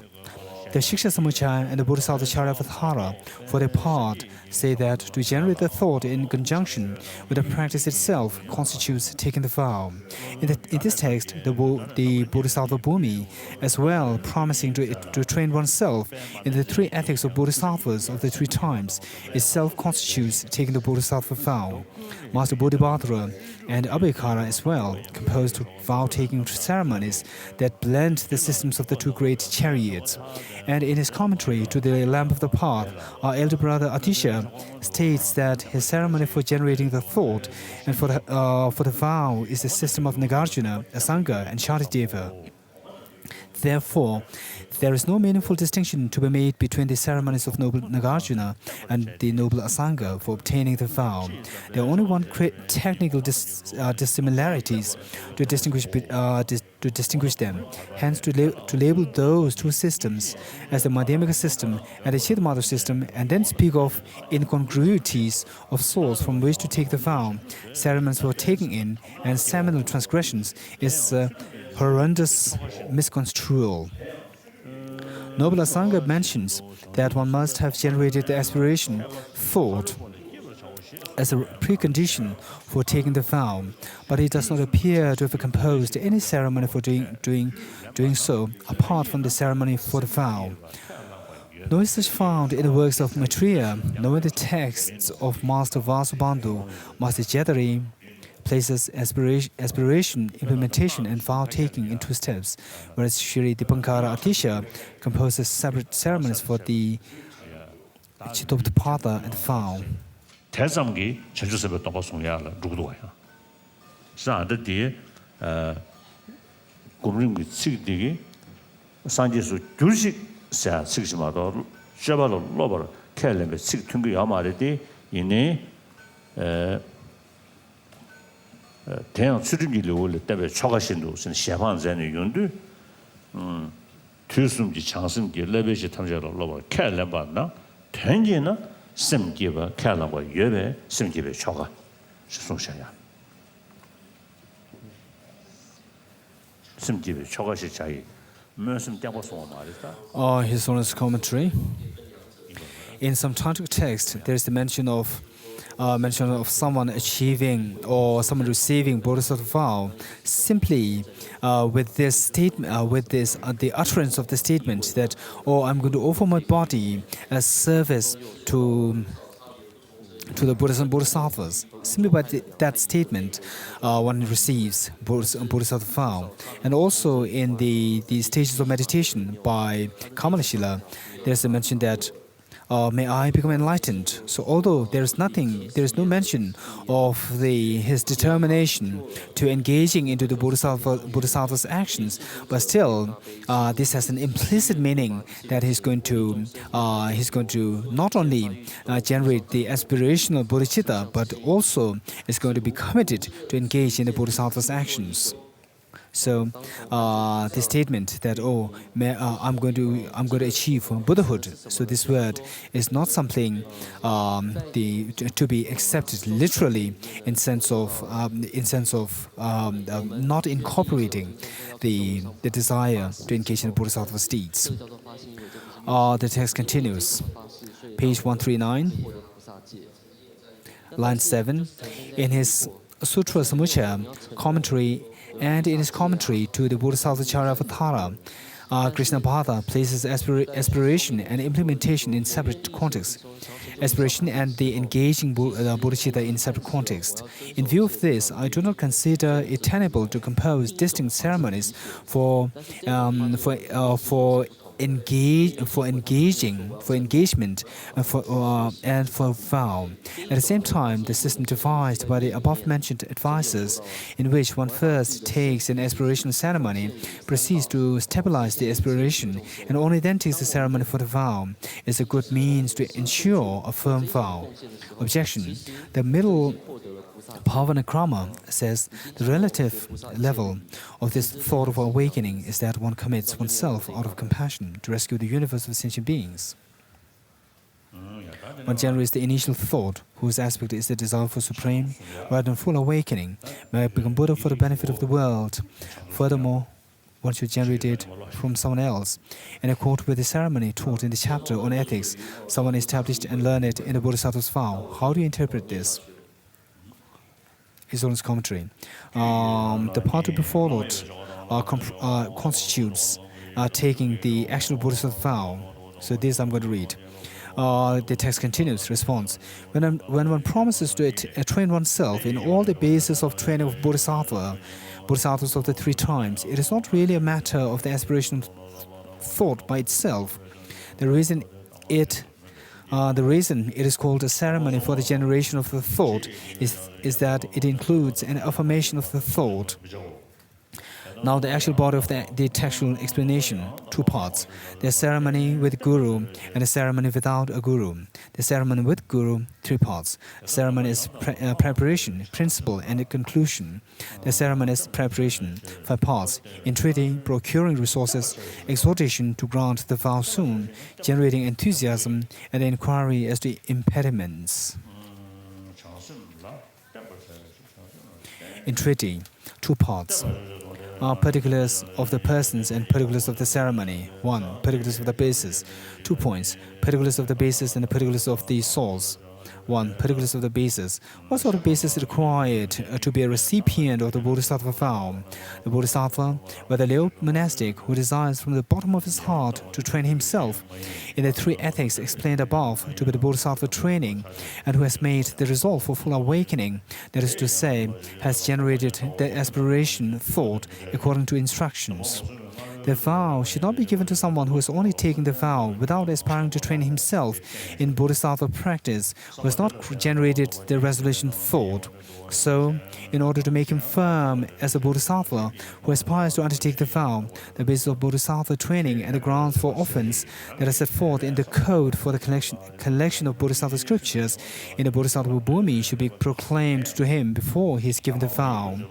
In the course of such explanation, he may be known as a steadfast Bodhisattva if he has the fortitude to take the vow based upon sincere examination and analysis by wisdom as to whether or not he is capable, and neither based upon instigation by someone else against his own will, nor out of competition with someone else. This vow of ethics obligation should then be received by him and imparted to him in accord with the ceremony. So, this is not like monastic discipline. One is made to listen and to understand prior to taking the vow, and one takes the vow when one has developed a firm idea of keeping to the training. With such thoughts, the vow will be created. Without them, it will not. The summary says, he sincerely investigates with his own good faith to what extent he is being made to take it, whether to make himself known to someone else, to comply with someone's expectations, or because of actual instigation by someone. He is not considered to be vowed without having taken it aspiring to virtue. That is to say, neither will be fulfilled and come to employ virtue, nor obtain the benefit of his karmic fruition. The opposite of this should be understood to result in being bound by the vow, fulfilling and employing virtue, and obtaining the benefits of his fruition. Number 2. Particulars of the source. What sort of person is required as the source from whom to take the vow? It is taken from a bodhisattva, someone who has made the resolve, from someone who has created the resolve, and a co-practitioner from someone established in the bodhisattva vow, learned in the great vehicle, and capable of grasping the terms being verbally communicated by the ceremony, beginning with the aspirant's entreaty to receive the training. From what sort is it not to be taken? The bodhisattva should not receive the vow from just any bodhisattva, although he may be learned, for there are failings in aptitude and application. The failing of attitude is to be without faith, to have no devotion in a great way to the vow, no participation in a middling way, no preparedness or effort in a small way. Failings to application to the 6 perfections. He acquiesces in factors incongruent with giving. Possessed of greed, he craves body and enjoyments, and under his influence, he is overwhelmed by attachment. He is insatiable for what he has not and discontented with what he has. 2. Defeat has occurred by which morality fails, or is committed to what is not categorically a fault, and is slack with no respect for the training. He is impatient when adverse conditions are encountered, and anger that disturbs the mind momentarily. He is rancorous at the recollection of past injury, a repeated disturbance. He is intolerant of the 4 faults of others because of factors in him that are incongruent with the 4 qualities of a practitioner. He is lazy, with no energy for the wholesome, and indolent with a liking for negative directions. This is explained as making a practice of the pleasures of sleeping day and night, lying on his side and staying in bed, and passing the time socializing. His thought is wandering because during calm abiding meditation and so forth, he cannot stabilize his thought. He is incapable of developing a thought when pointed upon the virtuous event. Even for the space of time it takes to milk a cow. 6. Defective understanding has 2 points. First comes the behavior, dull-wittedness, the inability to know the principle by himself, stupidity, the failure to understand even when shown, the disheartenment, which is either overawedness, in effect non-acceptance of the sublime, or inherent stupidity. Second comes the adjuvant adjuvant cause for defective understanding, to repudiate the Bodhisattva collection or the code of the collection, saying, "It is bad, it is wrong, the vow should not be taken from these." According to some commentaries, actually, his possession of such faults to a slight extent is a consideration, but the application is that the vow is not to be taken from someone who has these problems to a large extent. It may be taken if he has them to no great degree. Number 2, particulars of the ceremony. 2 points. 1. Ceremonial particulars for the basis. The above described basis first makes the prostration, falling at the feet of that source, because without reverence the vow will not be created. He should also offer a mandala first, as Jethari and Abhayakara explain. Then he says, "I seek to receive from you, Kulaputra, the Bodhisattva vow of ethics, obligation. If it be no importunity, may it suit you to hear me for a moment and to grant it out of pity." Thus he makes the entreaty, for the vow will be created only in someone who wants it. This is done 3 times, as mentioned by Jethari, Atisha, and Abhayakara. Abhayakara and Jethari explain that he is quoting, hands folded at that time or kneeling on his right knee. Any of the physical postures described below will suffice. Number 2, ceremonial particulars for the source or the object. Then that person who is capable of imparting the Bodhisattva vow should give to the Bodhisattva vow aspirant a detailed account of the advantages of the Bodhisattva vow. Then he should describe to the vow aspirant the basis of training, the grave and the trivial, and encourage him, saying, "Listen, Kulaputra, to aspire to cross over the stranded, to release the bound, to revive the breathless, to bring to nirvana those not yet in nirvana, and to continue the lineage of the Buddhas. For that, you must be firm in the generation of the thought and firm in the obligation. If he observes that one who wishes to take the vow is of an ignorant class, he will speak thus to encourage him to take the vow and to make steadfast his intention of taking responsibility for the training. The advantages to be secured are those which will appear below. He should also explain them in accordance with this promulgation of the Shiksha Samuchaya. As has been declared in the Prasanta Vinishchaya Pratiharya scripture, Manjushri, someone might offer to each of the Buddhas many as the river Ganges has sands.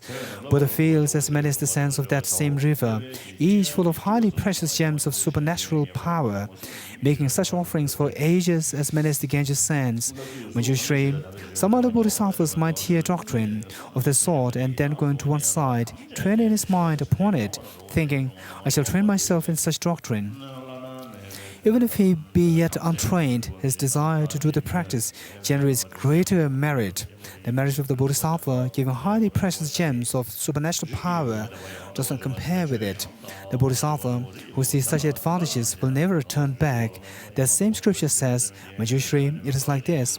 If, for example, each sentient beings among sentient beings has as many as the atomic particles in the universe system of 100 million worlds were to become king, a ruler of Jambu continent, and they were all to say, "I shall deprive of life anyone who accepts, holds, recites, and masters the greater vehicle by having 5 ounces of his flesh sliced off with fingernails every day." Manjushri, the Bodhisattva who does not become frightened and tremble in terror at hearing this said, who there is not a single fearful thought, who is free from discouragement, bemusement, and doubt, who furthermore perseveres in holding to the doctrine and perseveres in reading and reciting it, that Bodhisattva Manjushri is called a hero of mind, a hero of generosity, a hero of morality, a hero of patience, a hero of vigor, a hero of meditation, a hero of wisdom, a hero of concentration. The Bodhisattva, Manjushri, who bears no anger, who generates no thought that is harsh and hateful toward those murderous persons, that Bodhisattva, Manjushri, is like Brahma and like Indra, he is unshakable. From this, we see that respect for the training in the present will bear a great fruition.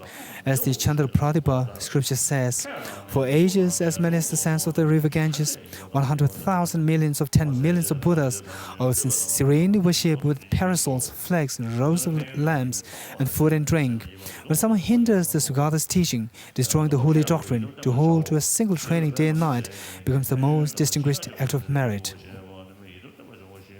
Therefore, one should cultivate respect for the training. Grave and trivial basis of training. He describes the disadvantages of failure to guard against grave seminal transgressions and other more trivial faults. The Shiksha Samujaya declares, according to the Sadharma Smritiya Pasthana scripture, one will be reborn a hungry ghost for refusing to give so much as a trifle, and go to hell for failing to give something one is promised. How much more so then if you fail to fulfill a promise involving the supreme welfare of the whole world? Therefore, the Dharma Samgita in scripture says the Bodhisattva Kulaputra must take seriously the truth. To speak the truth, Kulaputra, is to speak the doctrine. Kulaputra, what does truth mean in this context? When the Bodhisattva generates the thought of supreme right and full awakening and will not relinquish it for the sake of his life, will not mislead sentient beings, that is the Bodhisattva's truth. When the Bodhisattva generates the thought of supreme right and full awakening and thereafter relinquishes it, misleading sentient beings, that is the Bodhisattva's vile lie. And as it says in the scripture of noble Sakaramati, it is like this: should a king or high government minister, for example, invite all the people of the city to a meal the next day, and then neglect to procure food and drink, he would have deceived all the masses of people, and they, not obtaining food and drink, would go away, sneering.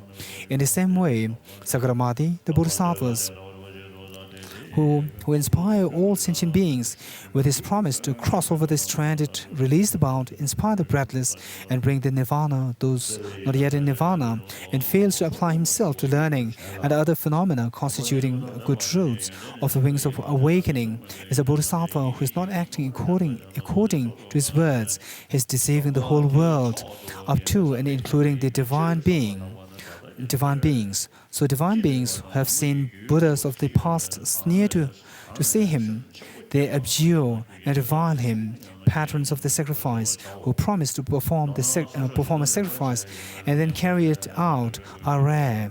So the Bodhisattva shouldn't speak a word, Sakaramati, by which the world, including divine beings, human beings, and asuras, would be deceived. That is, the disadvantages of not keeping the promise then are a lower state of rebirth, being the most vile of liars, having deceived the victors, their disciples, and all the world, condemnation by the divine beings, and so forth. Having been made to see such advantages and disadvantages, he will not relinquish the generation of this thought, and he'll be firm in the obligation entailed by having affirmed the vow. Shri Dipankara omits the description of the advantages of the grave and the trivial in this context. Then, following the passage, listen, Kulaputra, firm in the obligation, he puts the question: are you in a competition with someone else? Have you been instigated to take it under pressure? Teachers of old also add to the above four: do you desire to cross over the stranded, etc.? The questions: is your taking the vow not of a competition with someone else? Are you not dependent upon someone else's instigation? Are you able to maintain a little learning or knowledge or faith in the Bodhisattva collection or his code? And with the please hear me for a moment, they have a customary response. As to cross over the stranded, Master Bhavabhadra explains, to cross over the Shravakas and Pratika Buddhas stranded in the obscuration of the knowable, to release those who are bound by the bonds of both obscurations, by bewilderment and other defilements, to revive hell dwellers and others who are breathless with suffering, and to project to nirvana sentient beings not yet in non-abiding nirvana. Procuring resources. Number 2, procuring resources. The Pratimoksha may be obtained only by respect as a resource to be gathered. This vow goes far beyond that. One obtains it backed by worship of all the Buddhas and Bodhisattvas. Therefore, the vow aspirant then throws his upper robe over one shoulder and makes an entreaty seated below an image of the Tathagata. He then makes his object the Lord Buddha, Lord Buddhas of the past, present, and future, and Bodhisattvas advance to a high stage, attaining profound wisdom and extensive majesty, who abide in the 10 directions. The qualities of those who possess such a vow are such and such, he thinks, making a recollection of the extraordinary qualities as are made mentally evident. In order that the vow be created with the most wholesome possible attitude, he generates from the bottom of his heart a great thought of serene faith, making whatever effort of which he is presently capable and using whatever power he possesses from past courses. Or one might say that he generates at least a little bit with those causes and conditions.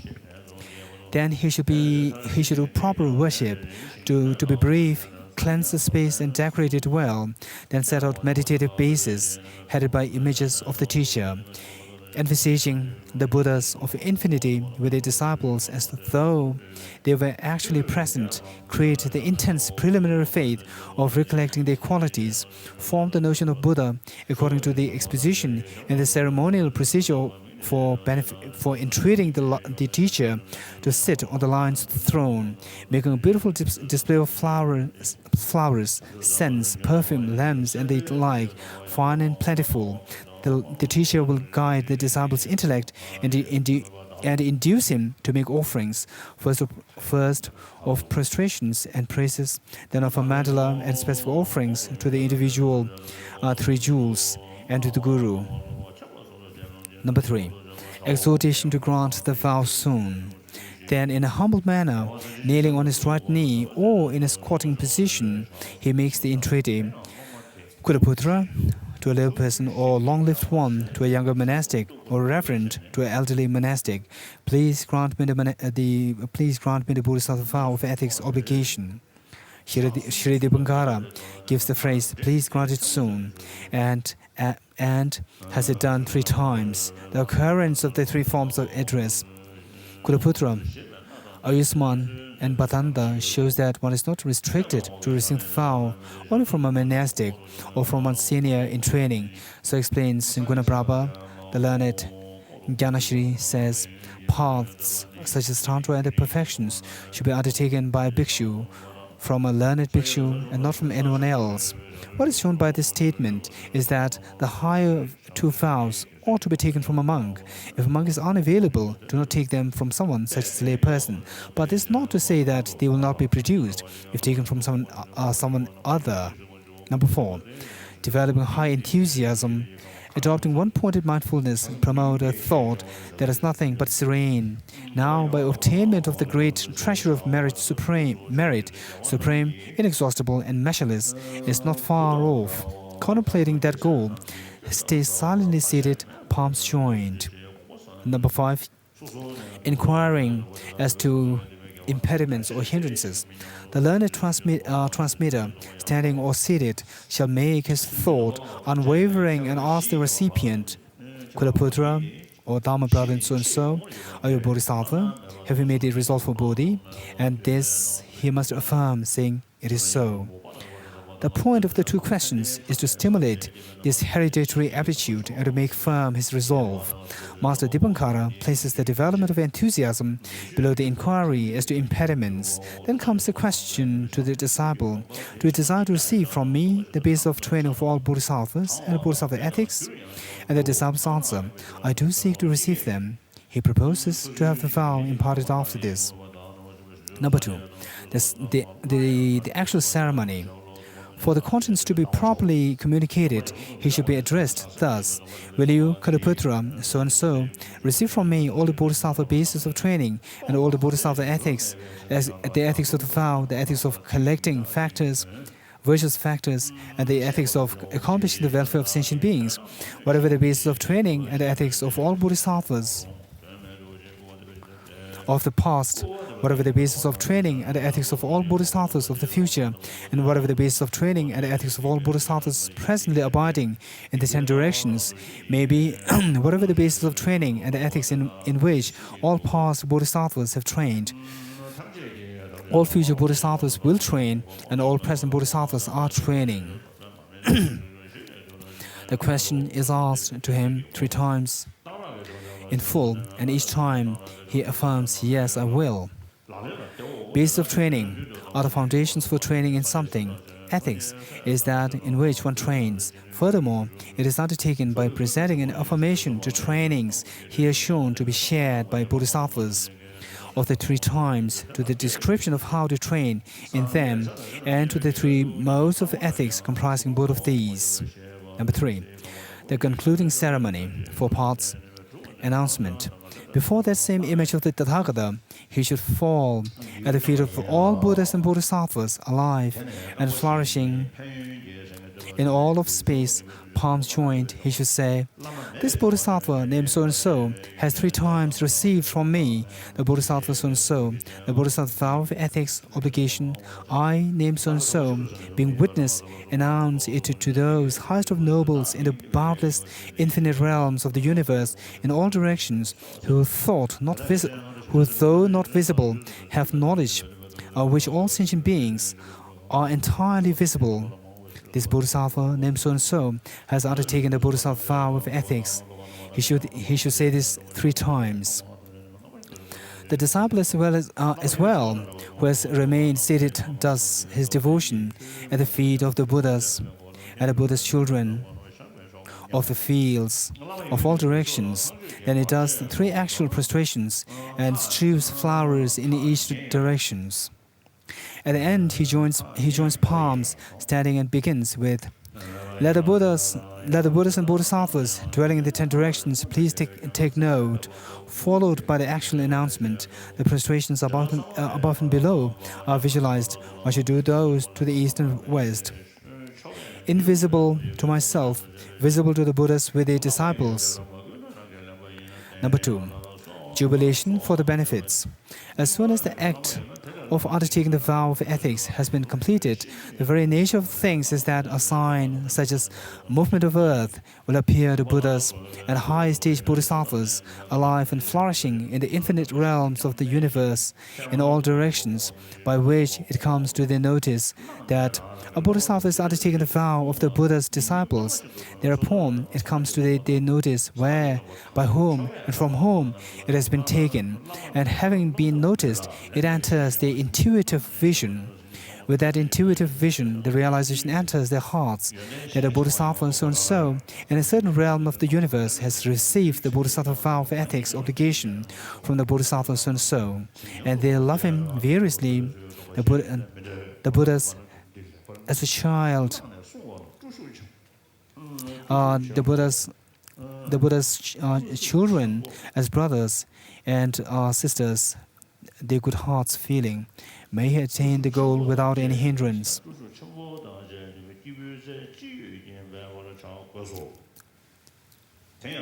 The virtues of a bodhisattva loved in that way will grow and not decrease. The bodhisattva vow of ethics undertaking is the most distinguished of all vow of ethics undertakings, because it has 4 distinguished features. 1, it is supreme, because there is no higher. 2, it is endowed with a measureless aggregate of merit, inasmuch as it comprises measureless merit as it resolves. 3, inasmuch as it has been created by good aspiration for the benefit and pleasure of all sentient beings, it has been generated by the most wholesome attitude of mind. 4, it functions as the antidote to all types of misconduct entered through the 3 doors, body, speech, mind, by all sentient beings. Tombade, Soda, Tomba, Lagina, Tombangan, Edina Virginia in Bray. Joseph Tombade, Virginia Lanier, any Tombada loves the love to Toga, Meduga, so and love Nuba Sabachuna, Tombalens, so Tejendo, and a Nacha Mukasa, Soda, Naga Tombadi, Nevado, Lamejuni Lengu Yare. 전주선배 도바디 아니 땡기 중에 랑차고 임바리. 不萨戒呢和 His Holiness commentary. 三昧也不 As for the Pratimoksha vow and Tantric vow, one is to first of all, so first one receives the vows and then you study the instructions or the advice in connection to the commitments. And then with the Bodhisattva vow, you are first advised to listen to the instructions about the Bodhisattva vow, and then you see whether or not you can practice the Bodhisattva vow well. And if you see you are capable, only then you are advised to take the Bodhisattva vows. And second difference is that the Pratimoksha and the Tantric vows they are to be received from a guru, from a living guru, whereas the Bodhisattva vow need not necessarily be received from a living guru. It can be done. It can be received from an image of a Buddha and so forth. 탈배 주론 중에 그 또봐 이 책이 야마리. 아들이 뭐 인도산에 인중 사바 내봐도 고기 아래. 되는 시체는 시주선배 또봐 내봐 라야 멤베심 멤베심 깨네. 가지고 다 가다베 심기 영화 예배 주는 아게 당고 다 영화 매나야 배 쩌마 순제 레고 세트베 타네. 아니 잡아로 놈들 슈차고 장. 아니 잡아로 놈들 슈차고 중에 참라 시주선배 또봐 송이 말해. So now, another difference between the Bodhisattva's vow and the Pratimoksha vow is that for someone to have received Pratimoksha vow, one must be endowed with a genuine sense of renunciation. So without that, one cannot receive full-fledged Pratimoksha vow. And as for the Bodhisattva vow, even if one is not endowed with a genuine sense of spontaneous and genuine sense of bodhicitta, the desire to become of Buddhahood, a Buddha for the sake of all sentient beings, but even if you have a mere kind of aspiration, desire, as the admiration to this bodhicitta, and with that firm sense of admiration to bodhicitta, and if you think that you're going to engage in the practice of the bodhisattvas, then you're allowed to receive the bodhisattva vow.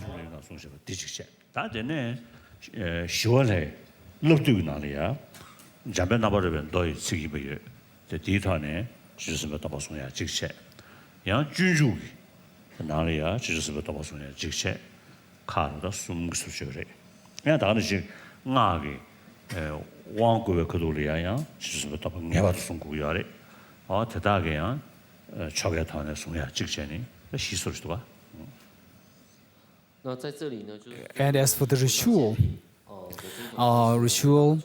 for receiving the Bodhisattva vow, there are four kinds. One, according to the Bodhisattva Bhumi, the chapter on ethics, and two, from the compendium of trainings by Shantideva, where he cited a sutra of the spouse of Manjushri, and three, as found in Bodhisattva Charavathara, engaging in the Bodhisattva's way of life, and finally, in association with the rituals of the tantras, rituals of receiving tantric initiations, because in order to receive tantric vows, one must have to receive the Bodhisattva vow. So there are the rituals mentioned there in the tantric the text as well. 다전에 숨을 쉬셔발니 숨을 찔담바도 지라도 샤보 당부 찔담바니 장심지 수름지 도바 양다고 나와라 내외 장심대 The text continues.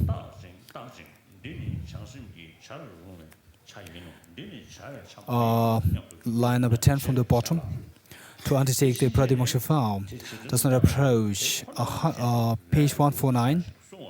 Page 149, line 10 from the bottom.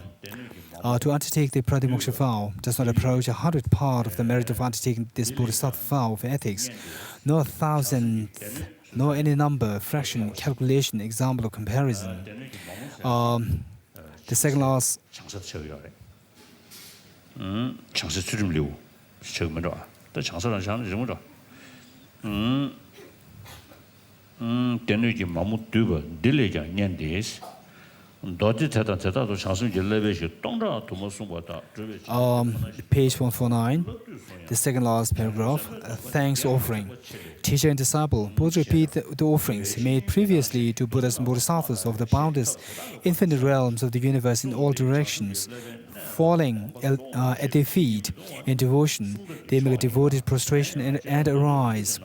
Warning not to rashly publicize the vow, though he may have grasped the sense of a ceremony for taking the Bodhisattva vow and mastered its technical terms. He should not rashly publicize the terms and communicate the sense of improper vessels to sentient beings who may reject the Bodhisattva collection out of hostility, who may lack faith and devotion to it.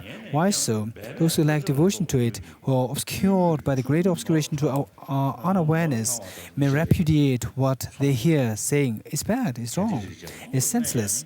And as to that repudiation, to the extent that the Bodhisattva is established in the vow, has been endowed with a measureless aggregate of merit, so long as he has not entirely eliminated all those evil words of repudiations, all those evil views that cling mentally to that repudiation, and all those evil representations that make of it a habitual pattern of thought, to the same extent he will become possessed of nothing more than a measureless aggregate of demerit.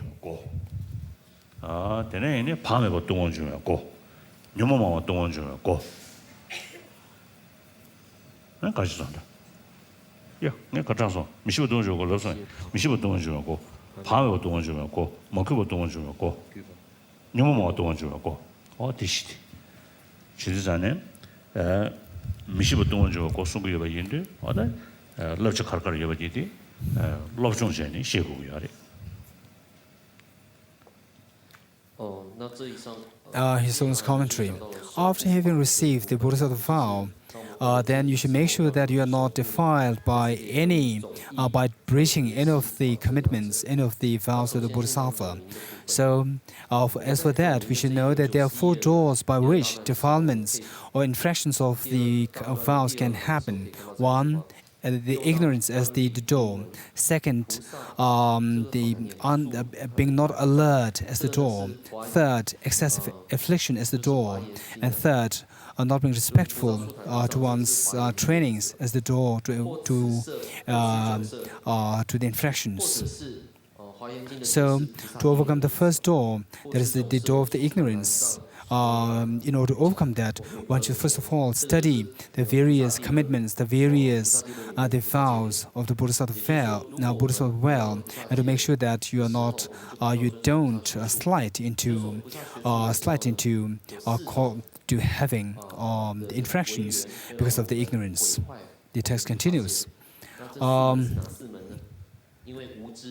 150, the second paragraph, the ceremonial conclusion is made fourfold by Shri Dipankara, and this is clear from the text as well. That master places the thanks offering below the announcement, whereas the text it appears above. Nevertheless, to place the thanks offerings at the end is felicitous in practice. The sense of all this is summarized in 20 verses. 1. Prostrating with reverence and offering what you can to the Buddhas with a disciple, the moral code of the Bodhisattvas who frequent all time and all space.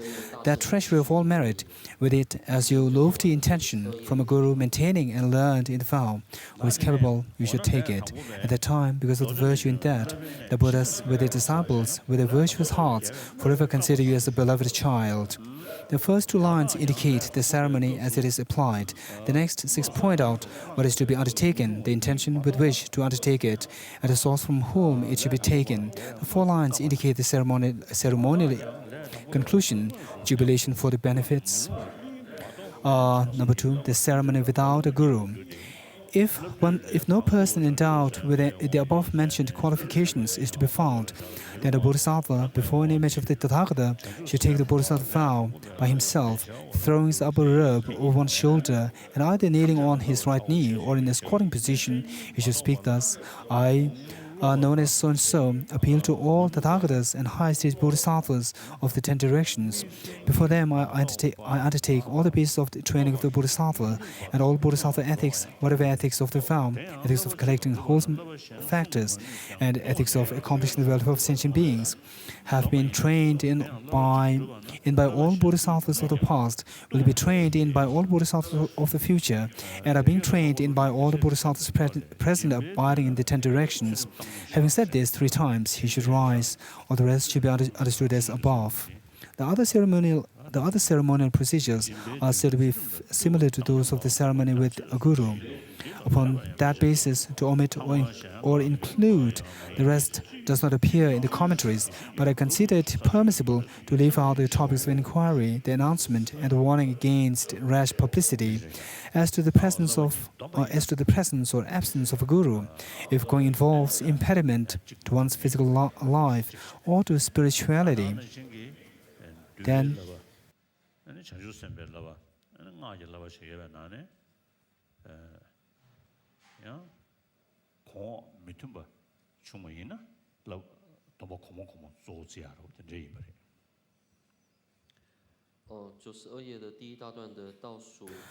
His Holiness commentary. While one is engaging in the three vows, the Pratimoksha vow, Bodhisattva vow, and the Tantric vow, if it so happens that there is a contradiction happening among these 3 vows, then you are to give preference or the precedence to the higher vow. That is the Bodhisattva in the case of when compared with the Pratimoksha, and the Tantric vow when compared with the Bodhisattvas. 或者是舍，所以是舍是平等舍的那个意思了，就是暂时缓下来的意思。乃至广说，然于此中不应故缓。还有一种状况就是说，我们接受。The text continues. The last paragraph, page 151. As to the presence or absence of a guru, if going involves impediment to one's physical life or to spirituality, then even if he is near, one should do without him. Whereas without any impediment, one must seek him, even if he is far away. Such is the explanation of Sutra Samuchaya commentary by Ratnakara Santi. The new commentary to the 20 verses would have it that the ceremony without lama without teacher is not meant for those who are correcting failure in the vow previously taken, nor for those who would take the vow by themselves out of disrespect.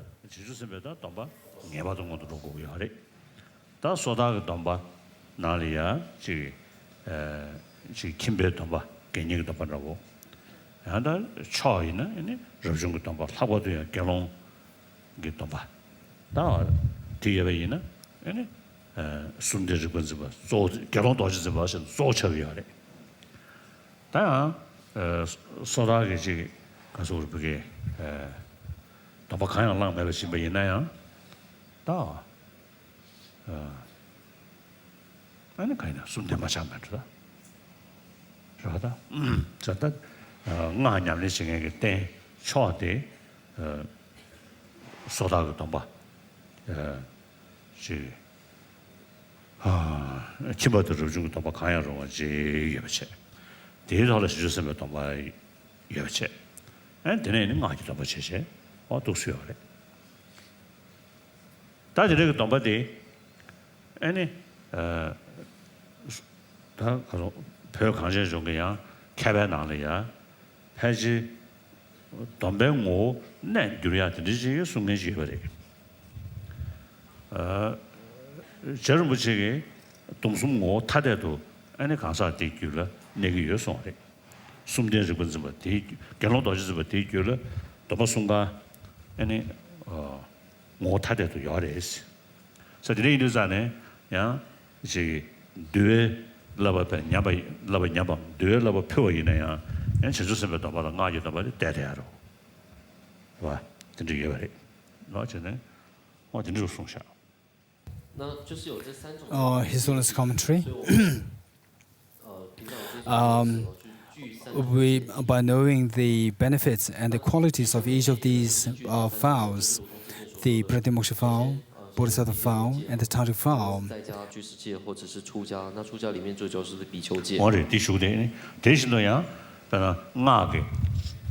走动中呢，熬动娘的，成就身边走动中呢，那就是说，多半年不应呢，说到多半年不是在的啊，是说，多半让给，排班把动了，可是不给关门呢，然后多半现在年不应呢，多半他们在的，等于是。So here, in the case of someone having received tantric vow, he must necessarily have received bodhisattva vow as well. And then whereas for someone, the practitioner of tantric is considered supreme if the tantric practitioner is endowed with the three vows, all three vows, pratimoksha vow, bodhisattva vow, and the tantric vow.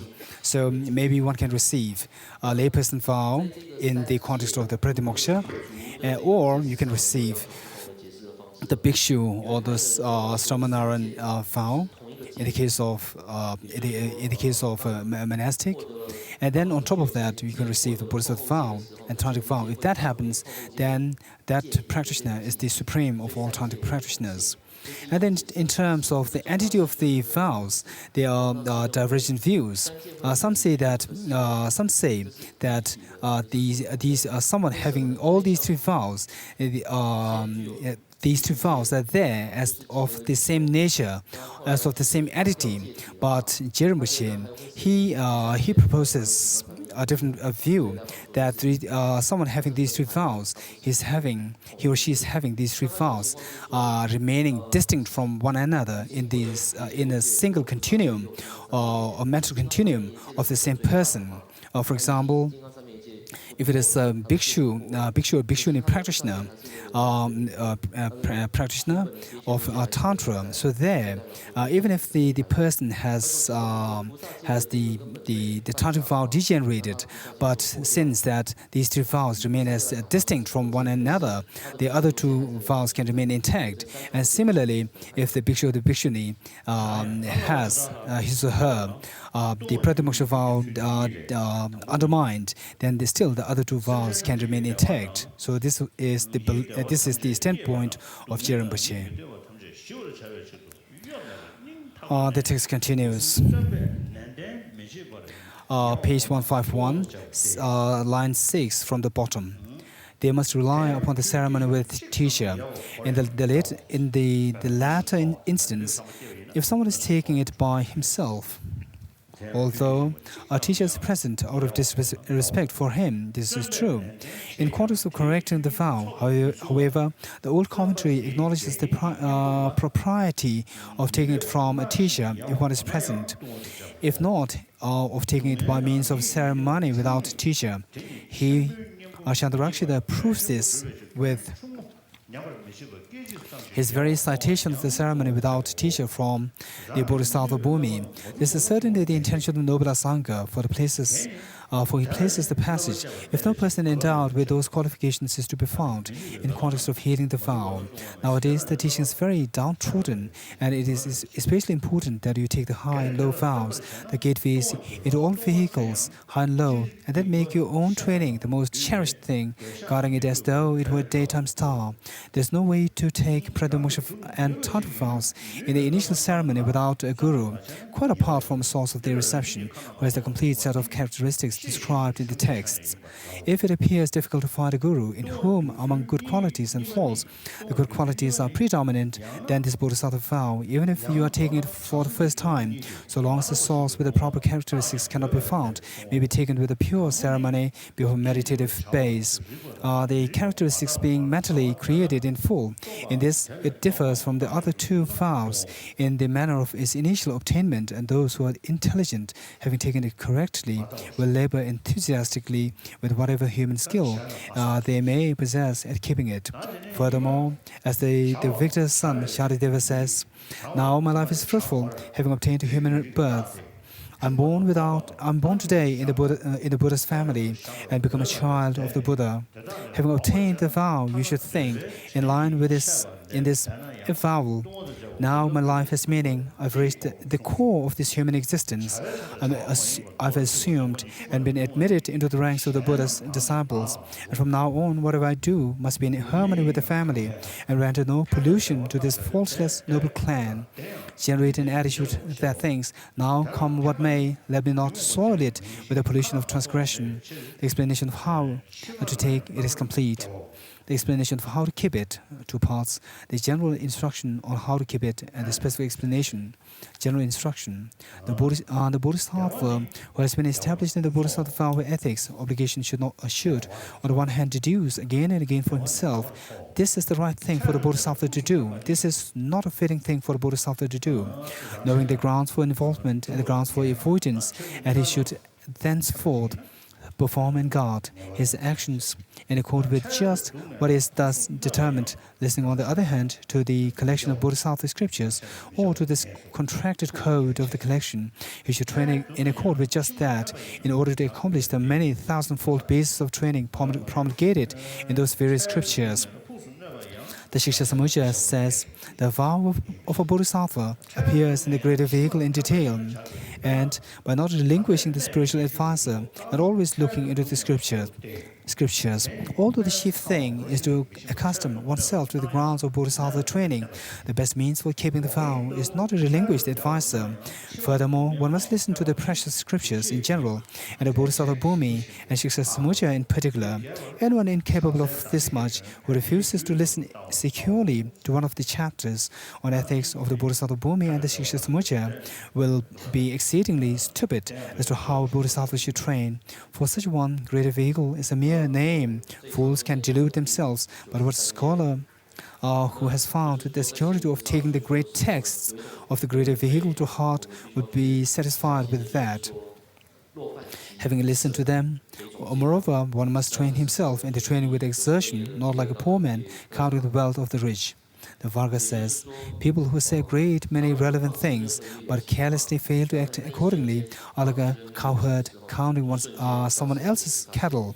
They have no share of the practitioner of virtue.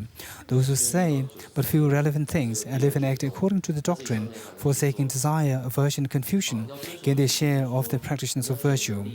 And the Charavatara states, practice these physically. What will accomplish reciting verses? Would patience be restored by reading medical formula? What of the beginner? In how many grounds of training from the scriptures should he train? Some things the Buddha actually forbids the beginner. Others, though not forbidden, are in effect unsuitable for practice when one is beginner.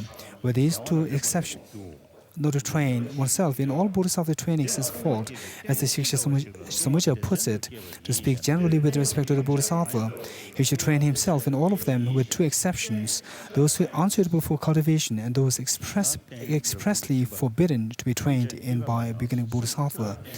These two clarifications aside, no transgression will result either from an incapacity to perform some practice. From the same text, there is no transgression in this regard when you are performing one practice and unable to keep up another. As the teaching of the noble Akshayamadhi scripture says, at the time of giving, there may be indifferent observance of morality.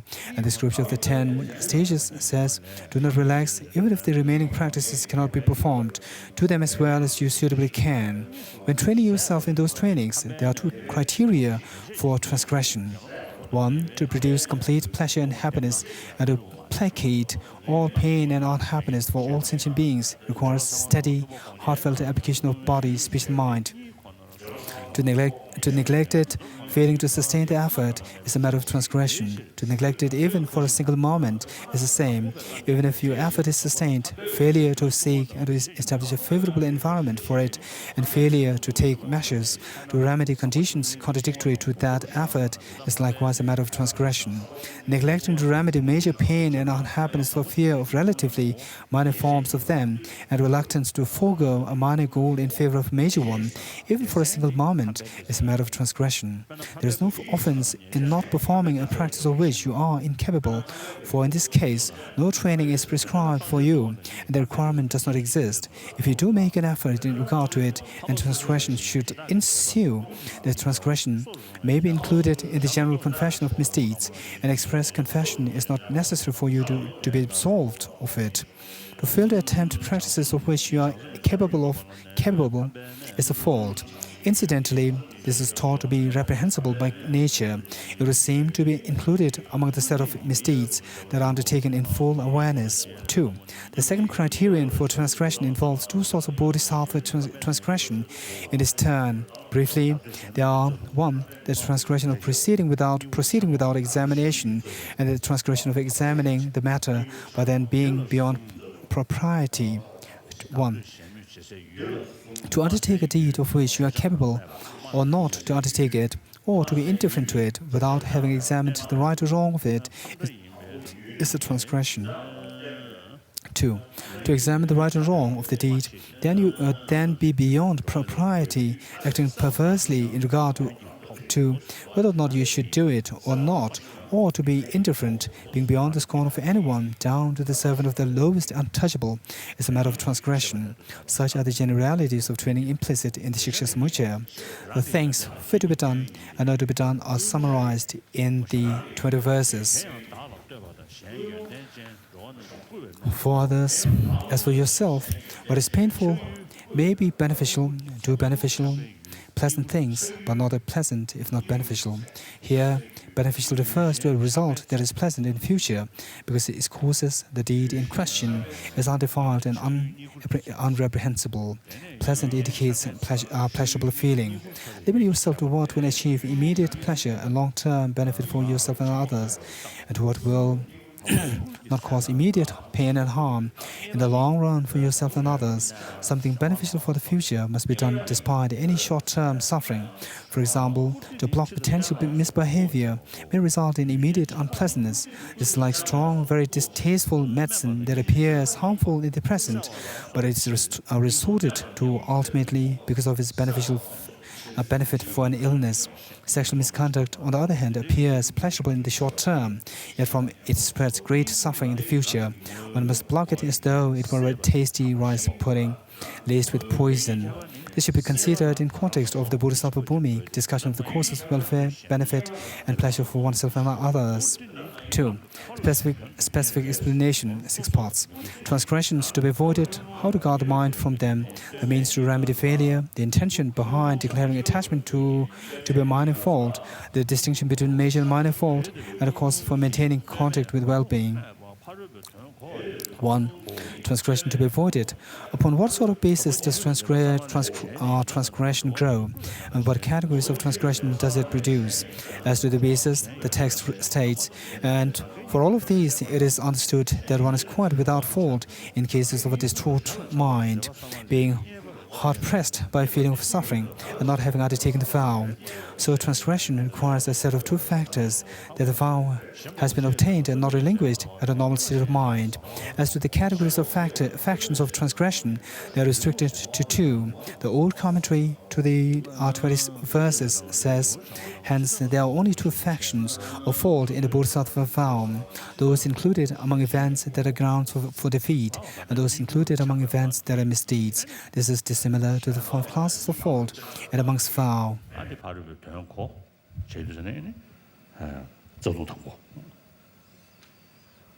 接下来呢，我们就看第 In regard to the infractions, His Holiness commentary in regard to the infractions of the Bodhisattva vow. First one is because of being attached, excessive attachment to objects, to goods, and so forth. Then one tend to praise oneself and deprecate others. So this is the first root infraction. The text continues. Fourth line of page 157. The new commentary and the Munimatha Lamkara text furthermore declare the corpora or quora of transgression to be only two, and their reference is to none other than the sense of this text. Therefore, the contention by some Tibetans and the explication by Krishnapada that there are three species. I'm the Bodhisattva vow. They say one must guard against grounds for defeat, gross-breath offenses, and misdeed offenses is not tenable. The only way to make it tenable would be to designate transgressions of lesser and medium outflow as gross breaches, but this text describes them as events that are grounds for defeat and misdeeds. That is to say, transgressions of lesser and medium outflow are misdeeds in essence, while the genus or category is the category of defeat. By analogy, in the Vinaya, gross breaches and misdeeds in context of defeat are placed in the category of defeat. So there are two parts to the transgressions to be avoided: the set of defeats and the set of misdeeds. The set of defeats. 5 parts: the nature of individual defeats, their functioning, the division of 3 degrees of entanglement, correction proper to each, and incidental causes for relinquishment of the vow. Number 1, the nature of individual defeats, 2 parts, as presented in this text and as presented in others. 1, as presented in this text. Accordingly, there are 4 events that function in likeness to pratimoksha grounds for defeat for the Bodhisattva established in the vow. What are the 4? There are 2 sets of features in the descriptions. Those that are shared by all and those that are particular to each. 1, those that are shared. These will be described in context of distinguishing degrees of degrees of entanglement. 2, particular features. There are 4 defeats. With a longing for gain and respect, to praise himself and deprecate another is the first event that is grounds for Bodhisattva defeat. 3 points to this: the target of the speech, what is said, and the motivation for speaking. First, the object. For it to be a defeat, these features must be present. To begin with, there must be a creature of the same species as yourself, that is, human being, who is at the same time a distinct psychophysical continuum, who cognizes the speech and understands the meaning. That is to say, he will get the message even if it is not clear. Number 2, what is said? The speech involves your own good qualities and someone else's defects, and moreover, praise for yourself and deprecation of someone else who has good qualities that are grounds for admiration by other beings. 3, the motivation. 4 points: the skill of the object of attachment. The gain and respect, the skill of the subject's attachment, distinguishing the objects, the gain and respect that are to be obtained, and examining whether or not attachment to both gain and respect is required as motivation. Number 1 of 3, the skill of the gain and respect. There is firstly gain, whatever may be gained, such as clothing, food, housing, and transport. Secondly, there is respect, signs of respect, such as throne and cushion.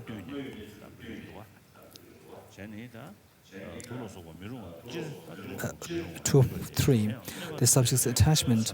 There is not a worthy eagerness for gain and respect for the sake of worshipping the 3 jewels, and so forth, or an eagerness to dispel poverty stemming from sympathy for the lower classes, but a thirsty longing for fame and fortune for one's own sake. Distinguishing the objects. In gain, oneself in the wealth need be different. Were this not the case, to praise oneself and deprecate another would be pointless. In the case of respect, they need not be distinct. Wealth, because the eagerness is to have one's own retinue. For whether or not both are required as motivation, one certainly needs an attachment to either gain or respect for the praise, condemnation paired occur, but not both together. To speak either praise or deprecation with such motivation so as to be understood by someone else in the first defeat. It is the new commentary to the verses that explains another to be someone endowed with good qualities that are grounds for admiration by other beings. The commentary attributed to Samudra agrees with it in explaining another to be someone endowed with good qualities. The explanation of the Akshigarbha scripture and the operation of this pair of defeats will be discussed further on. Gain and respect and the attachment to them are closed. Thus, in the new commentary, Gain is profit, clothing, food, and the like. Respect is good service. Longing is over-attachment to them. The commentary attributed to Samudra explains gain in varieties of food, clothing, valuables, and the like. Respect is service, such as bowing, attendance, throne, and cushion. 2. While the goods exist in his possession, to cold-heartedly fail to donate material things because he has a nature of attachment to them, to those who are suffering and indigent, who have no protector and no recourse, who have approached in a proper manner and out of stinginess in teaching, not to share doctrine with those who have approached in a proper manner, eager for doctrine, is the second event that is grounds for Bodhisattva defeat. 4 points to this: the beggar, the thing begged, the object from whom it is begged, and with what sort of attitude it is not given. 1. The beggar. According to some commentaries, he is suffering from the lack of money and so forth, indigent from lack of food, with no protector to care for him, as with an elder brother, and no recourse for friendship or assistance. Briefly, he is poor in terms of these 2 types of good, and has no one but the Bodhisattva to relieve that poverty. Furthermore, he comes before you properly, in sincerity and eagerness. The attribution to Samudra reads, if the begging was obvious, the thing number 2, the thing begged, it is nothing unsuitable such as weapons, nor anything improper such as poison, nor may it be anything that is harmful. 3. The object from whom it is begged, while the goods exist in his possession. As the new commentary puts it, when you have things to be given and are certain of this doctrine. Attitude. Number 4, attitude. To decide not to give because you are overwhelmed by stingy avarice, then the text applies cold-heartedly to not giving material things and stingily to not giving teaching. But the new commentary and the one attributed to Samudra both explain it as the refusal out of stinginess of both goods and doctrine.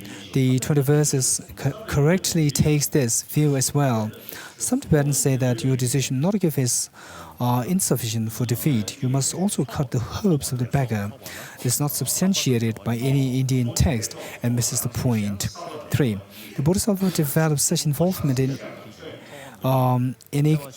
anger that he cannot resolve it with the mere utterance of harsh words, but overwhelmed with anger strikes, hurts, damages sentient beings with hand, clump of earth, or club. While focusing on just that aggravated, angry attitude, he does not heed, he does not accept even the other's apology. He will not let loose that attitude. This is the 3rd event that is grounds for Bodhisattva defeat. 2 points to this: his attitude in striking and his application. 1. Attitude. The Bodhisattva, angered at someone, speaks harsh words, and failing to resolve his anger with only that, causes it to increase until he has been overwhelmed by it. 2.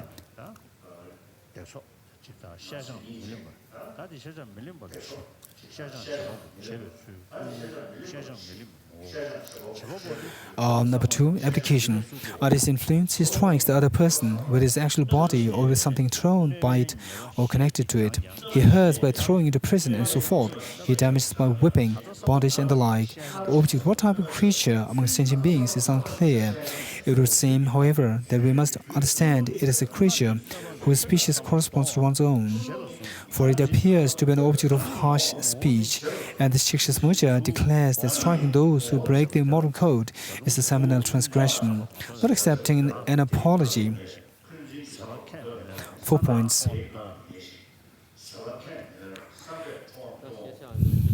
The apologizer and the manner in which it is made, the motivation for and the essence of not accepting the apology. The agent, according to the new commentary in Jinaputra, it is someone who does one an injury and makes amends by confessing this fault. Having previously done some injury to the Bodhisattva, he now makes a sincere apology. His manner. Properly and in good season, he communicates a plea for forbearance, motivation, vengefulness, focusing on just what aggravated angry attitude of anger and a prior injury. Essence, you will neither heed words nor promise forbearance. You will not let that anger loose. 那据他忏谢，在此呢就说到了第2不受见谢，可以分4者：第1，行见谢人；第2，行见谢法；第3，不受发起第四，不受自信。不受发起的意思就是说，不接受别人的这种忏悔啊。那首先讲第一，行见谢人，就是说行见谢人者，那先做轻犯悔谢其罪，就是具有忏悔心的这一个人，前来忏悔。那第二，行见谢法者，他是在什么样的情况下来去做这个忏悔的呢？祈求我们的忏悔呢，就是顺时顺法求这个忍辱，求我们的宽恕了，求我们的宽恕。那第三，不受发起者，就是说我们不去接受别人的这种忏谢，为什么呢？因为内怀猛烈的这种嗔恨心。第四，不受自信者，为不听其语，不宽恕他，不受忍恕，亦不弃舍愤恨之心，这是属于不受自信者。那人呢，党对下面相当没得行，下降明年，特性帮我当是啊，他媳妇，特性帮人做中，媳妇呢，长生节等人了，过得吧他，等你他们现大个，要么了坦白缺的这吧了没呢，他了高啊他，对吧他，让我呢，长生节旁边呢，特别缺媳妇，对了你，特性帮我了，系统帮助你说。Reading the text, page 161, line 1, his manner. Properly and in good season, he communicates a plea for forbearance, motivation, vengefulness, focusing on just what aggravated angry attitude of anger at the prior injury. Nature or definition instead of essence. Nature or definition. You neither heed the words nor promise forbearance. You will not let that anger loose. Number 4. To repudiate the Bodhisattva collection and on his own or echoing someone else to devote himself to counterfeits of the good doctrine and then to enjoy, show, and establish them is the fourth event that is grounds for Bodhisattva defeat. 2 points to this.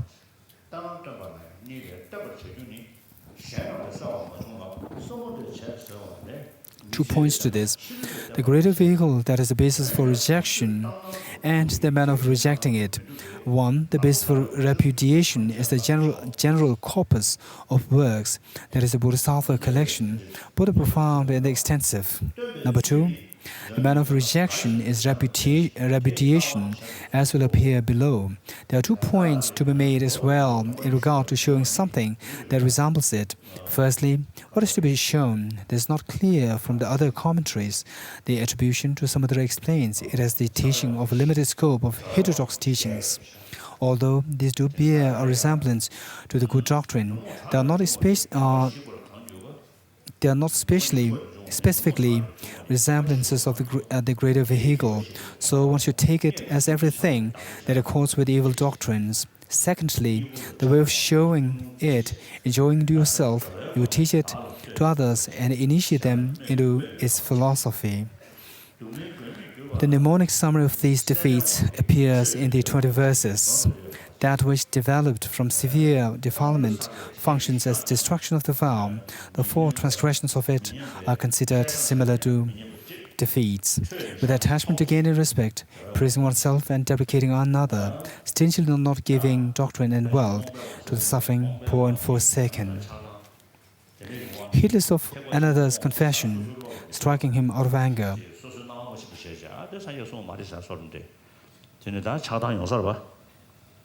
다 간다 차단的야나 몽바리 요구면로 태고ችን 못 봉을 지진 담주 땅나던 봐 담주 나눴던 거 오셔보 다 생기만 용모 잡으니 162 on line 1, heedless of another's confession, striking him out of anger, rejecting the greater vehicle and showing what appears like the good doctrine.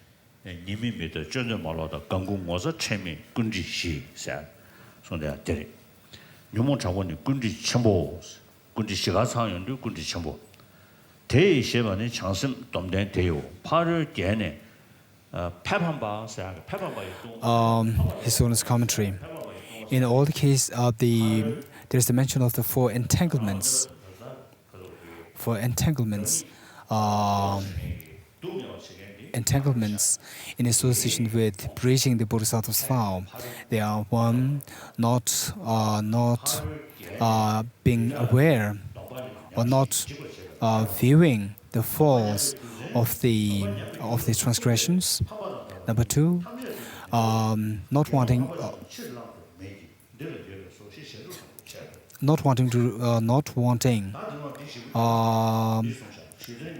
to relapse to the transgressions, and enjoying and participating in the transgressions, and then lacking embarrassment and shame.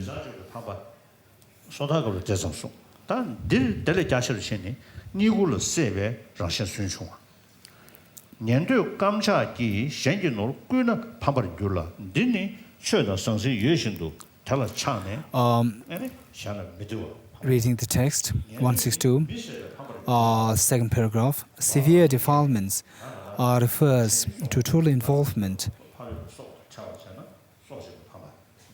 The usage of which term is peculiar to Bodhisattva vow. Having been done away with, one is routed by them from the vow, and it is destroyed, hence the term defeat. These are similar to defeats, at least in as much as they cause failure in the vow.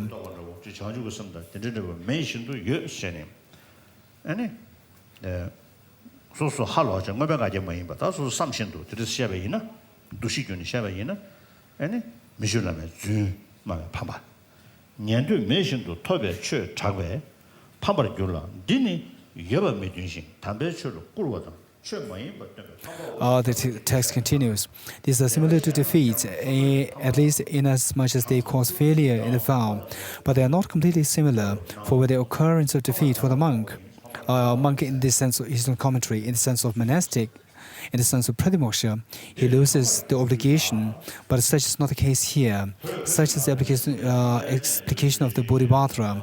Samudramega explains that the Bodhisattva's disgrace of himself and others out of craving for gain and respect corresponds to the Shravaka's disgrace of himself and someone else, and his subsequent loss of the opportunity to live the monastic life by attachment to sexual intercourse. The defeat of refusal to give teaching and material things that one possesses corresponds to the Shravakas going down to defeat by greedily stealing someone else's property. The Shravaka is defeated by slaying a human being, while here one is defeated by generating enmity toward a sentient being and proceeding to do him harm with one's hand and so forth, and by failure to heed his apology for an injury. And the Shravaka is defeated by boasting that he has obtained teachings when he has not, while here one is defeated by not showing what one has and by denigrating the good doctrine and teaching what is not Dharma.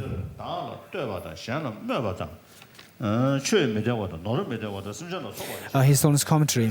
In this context, in the case of the Bodhisattvas, say it is not out of your empty pride. Rather, you know that you don't have experience of emptiness not dualistically, but then you try to deceive others by saying that you have true insight into emptiness. The text continues. Other commentaries also consider pratimoksha defeats to correspond in number and in motivation. Second last paragraph, page 162. How they result in defeat. Some Tibetans say the text reads, 4 events that are grounds for defeat, and the 20 verses reads, 4 transgressions of it, so there are only 4. To make them 8 is untenable. This system implies that each defeat comprises a set of 2 factors, praise, deprecation, and so forth. Other Tibetans say that each unit, praise, deprecation, and so forth, results in the defeat making 8, with the 4 Shravaka defeats making a total of 12. They claim to prove it with statements such as the following. If praising oneself and deprecating someone else out of attachment to gain and respect, which relate to each other like sticks and or legs, result in separate defeats, then what need to mention copulation? This is the hypothesis of Samudrameka, they say, but there is no hint of it in the Bodhisattva Bhumi commentary, while in the commentary to the chapter on ethics attributed to Samudrameka, what he says is, if he is not attached to gain and respect, respect, etc., would need to mention his non-attachment to sexual intercourse and the like. This does indeed teach us to prevent pratimoksha defeats, but it does not demonstrate that there are defeats for the bodhisattva, nor is there any indications of it in any single text of the Tibetan Kangyur Tengyur, Tibetan translation of Buddha's teaching and the respective commentaries, which are the primary sources. Hence, it is mere invention. The next paragraph. The statement that the defeats are four is made in the face of attitude, so there are four defeats. Of 1. Attachment to gain and respect. 2. Stinginess in goods. 3. Thoughts of harm towards sentient beings. And 4.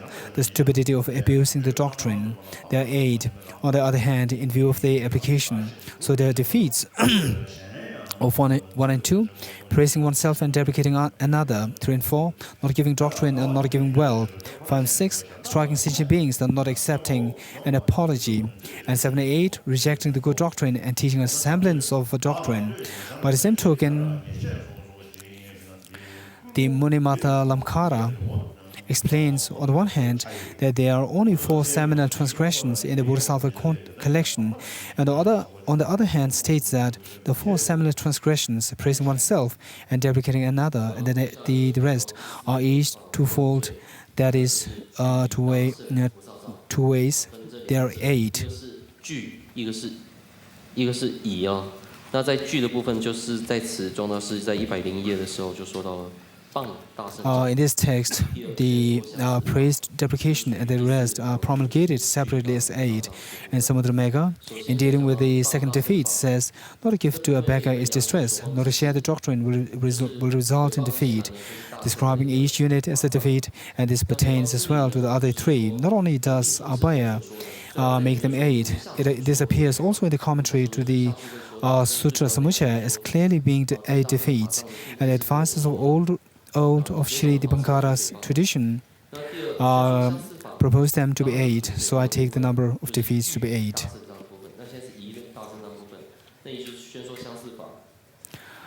The Shiksha Samachaya and 20 verses in dealing with the third defeat appear to include both parts in one, but this is a peculiarity of translation.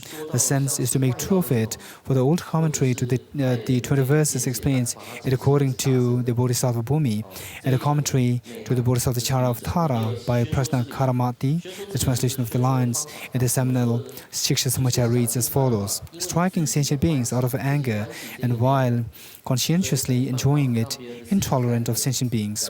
Objection.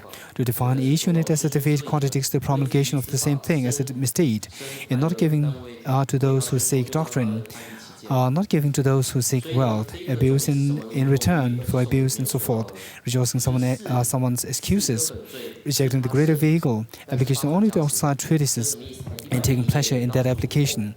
Response. There is no problem. The defeat of not giving doctrine and wealth requires stinginess as motivation, whereas the both misdeeds lack stinginess as their motivation. The new commentary explains not giving doctrine. In this way, going on to assert that the others as well can be distinguished by dissimilarity of motivation. In returning blow for blow, there is the return of a blow, whereas the blow as the defeat is not envisaged as the response. Not accepting an apology is designated a misdeed, and in this case has no vengefulness, whereas such is present in the defeat. The difference between the misdeed and the defeat of rejecting the greater vehicle is presented thus in the commentary attributed to Samudra. Objection. What difference is there between this misdeed and rejecting the greater vehicle as the above defeat? Response. Above, the entire greater vehicle collection was involved. Here, the repudiation involves the disinclination for limited, more profound portions of the scriptures. Nevertheless, the text makes clear that repudiation of the profound alone is not required for a misdeed to result. In the first misdeed formulated for application to heterodox text, to fall to apply oneself to Buddhist scriptural tradition, in which you should be diligent when you possess it, while applying yourself to heterodox text, is a misdeed. And the second misdeed, it is permissible for someone of sharp faculties, whose ideas will not change, who make double the application to Buddhist scriptural tradition, to apply himself to heterodox texts. But it is not permissible when he enjoys it. If he enjoys and is gratified by it, this is considered a misdeed. The defeat of teaching what appears like the good doctrine is not just a matter of one's own enjoyment. While taking personal pleasure in it, you put it into practice, initiating others into it as well. So Samadramaka states, this Shravaka goes to defeat by announcing the obtainment of doctrines he does not possess. The Bodhisattva goes to defeat by not teaching what he has, by repudiating the good doctrine, and by teaching what is not the good doctrine. He enjoys it because it is his desire to act so. He shows it by teaching it to others to accord with their enjoyment. He establishes it by initiating them into it in terms of practice. Objection. Why is praising oneself and deprecating another designated a misdeed? This differs in motivation from the corresponding defeat, as will be shown below. Do not try to avoid contradiction by distinguishing them in terms of lack of shame, embarrassment, and the like. To do so is untenable, because these must be cases not of defeat versus misdeed, but of lesser or medium outflow of defeat, actions themselves. 由于有情起愤恼心，以手足而行损害他人，或者是不接受别人的忏悔，视为根本。那第四，如同小圣或者是别解脱戒里面有说到了，由无妄说法而犯了根本罪，就是没有神通，假装自己有神通啊，这叫做妄说上人法，无上就是妄语。那同样的，在此呢，菩萨们毁谤正法或者是宣说相似法而犯了根本罪等，所以就是说四罪八行的一个内涵。那之后又说到了为什么取名为他胜的这一个原因。所以我们在第102页的第一行的时候，刚刚忘记就是跳过去了。贤觉论师有说到，由犯他胜，失坏律仪，故名他胜。也就是因为没有去注意，或者是有随顺的因缘，而让自己随顺的这种烦恼，而让自己丧失了这个菩萨戒的缘故，所以被烦恼所胜，所以由他胜。所以为什么他胜？我们把它取名为根本罪的原因是在这里的。那这以上就念完了第104页。今天部分到此为止。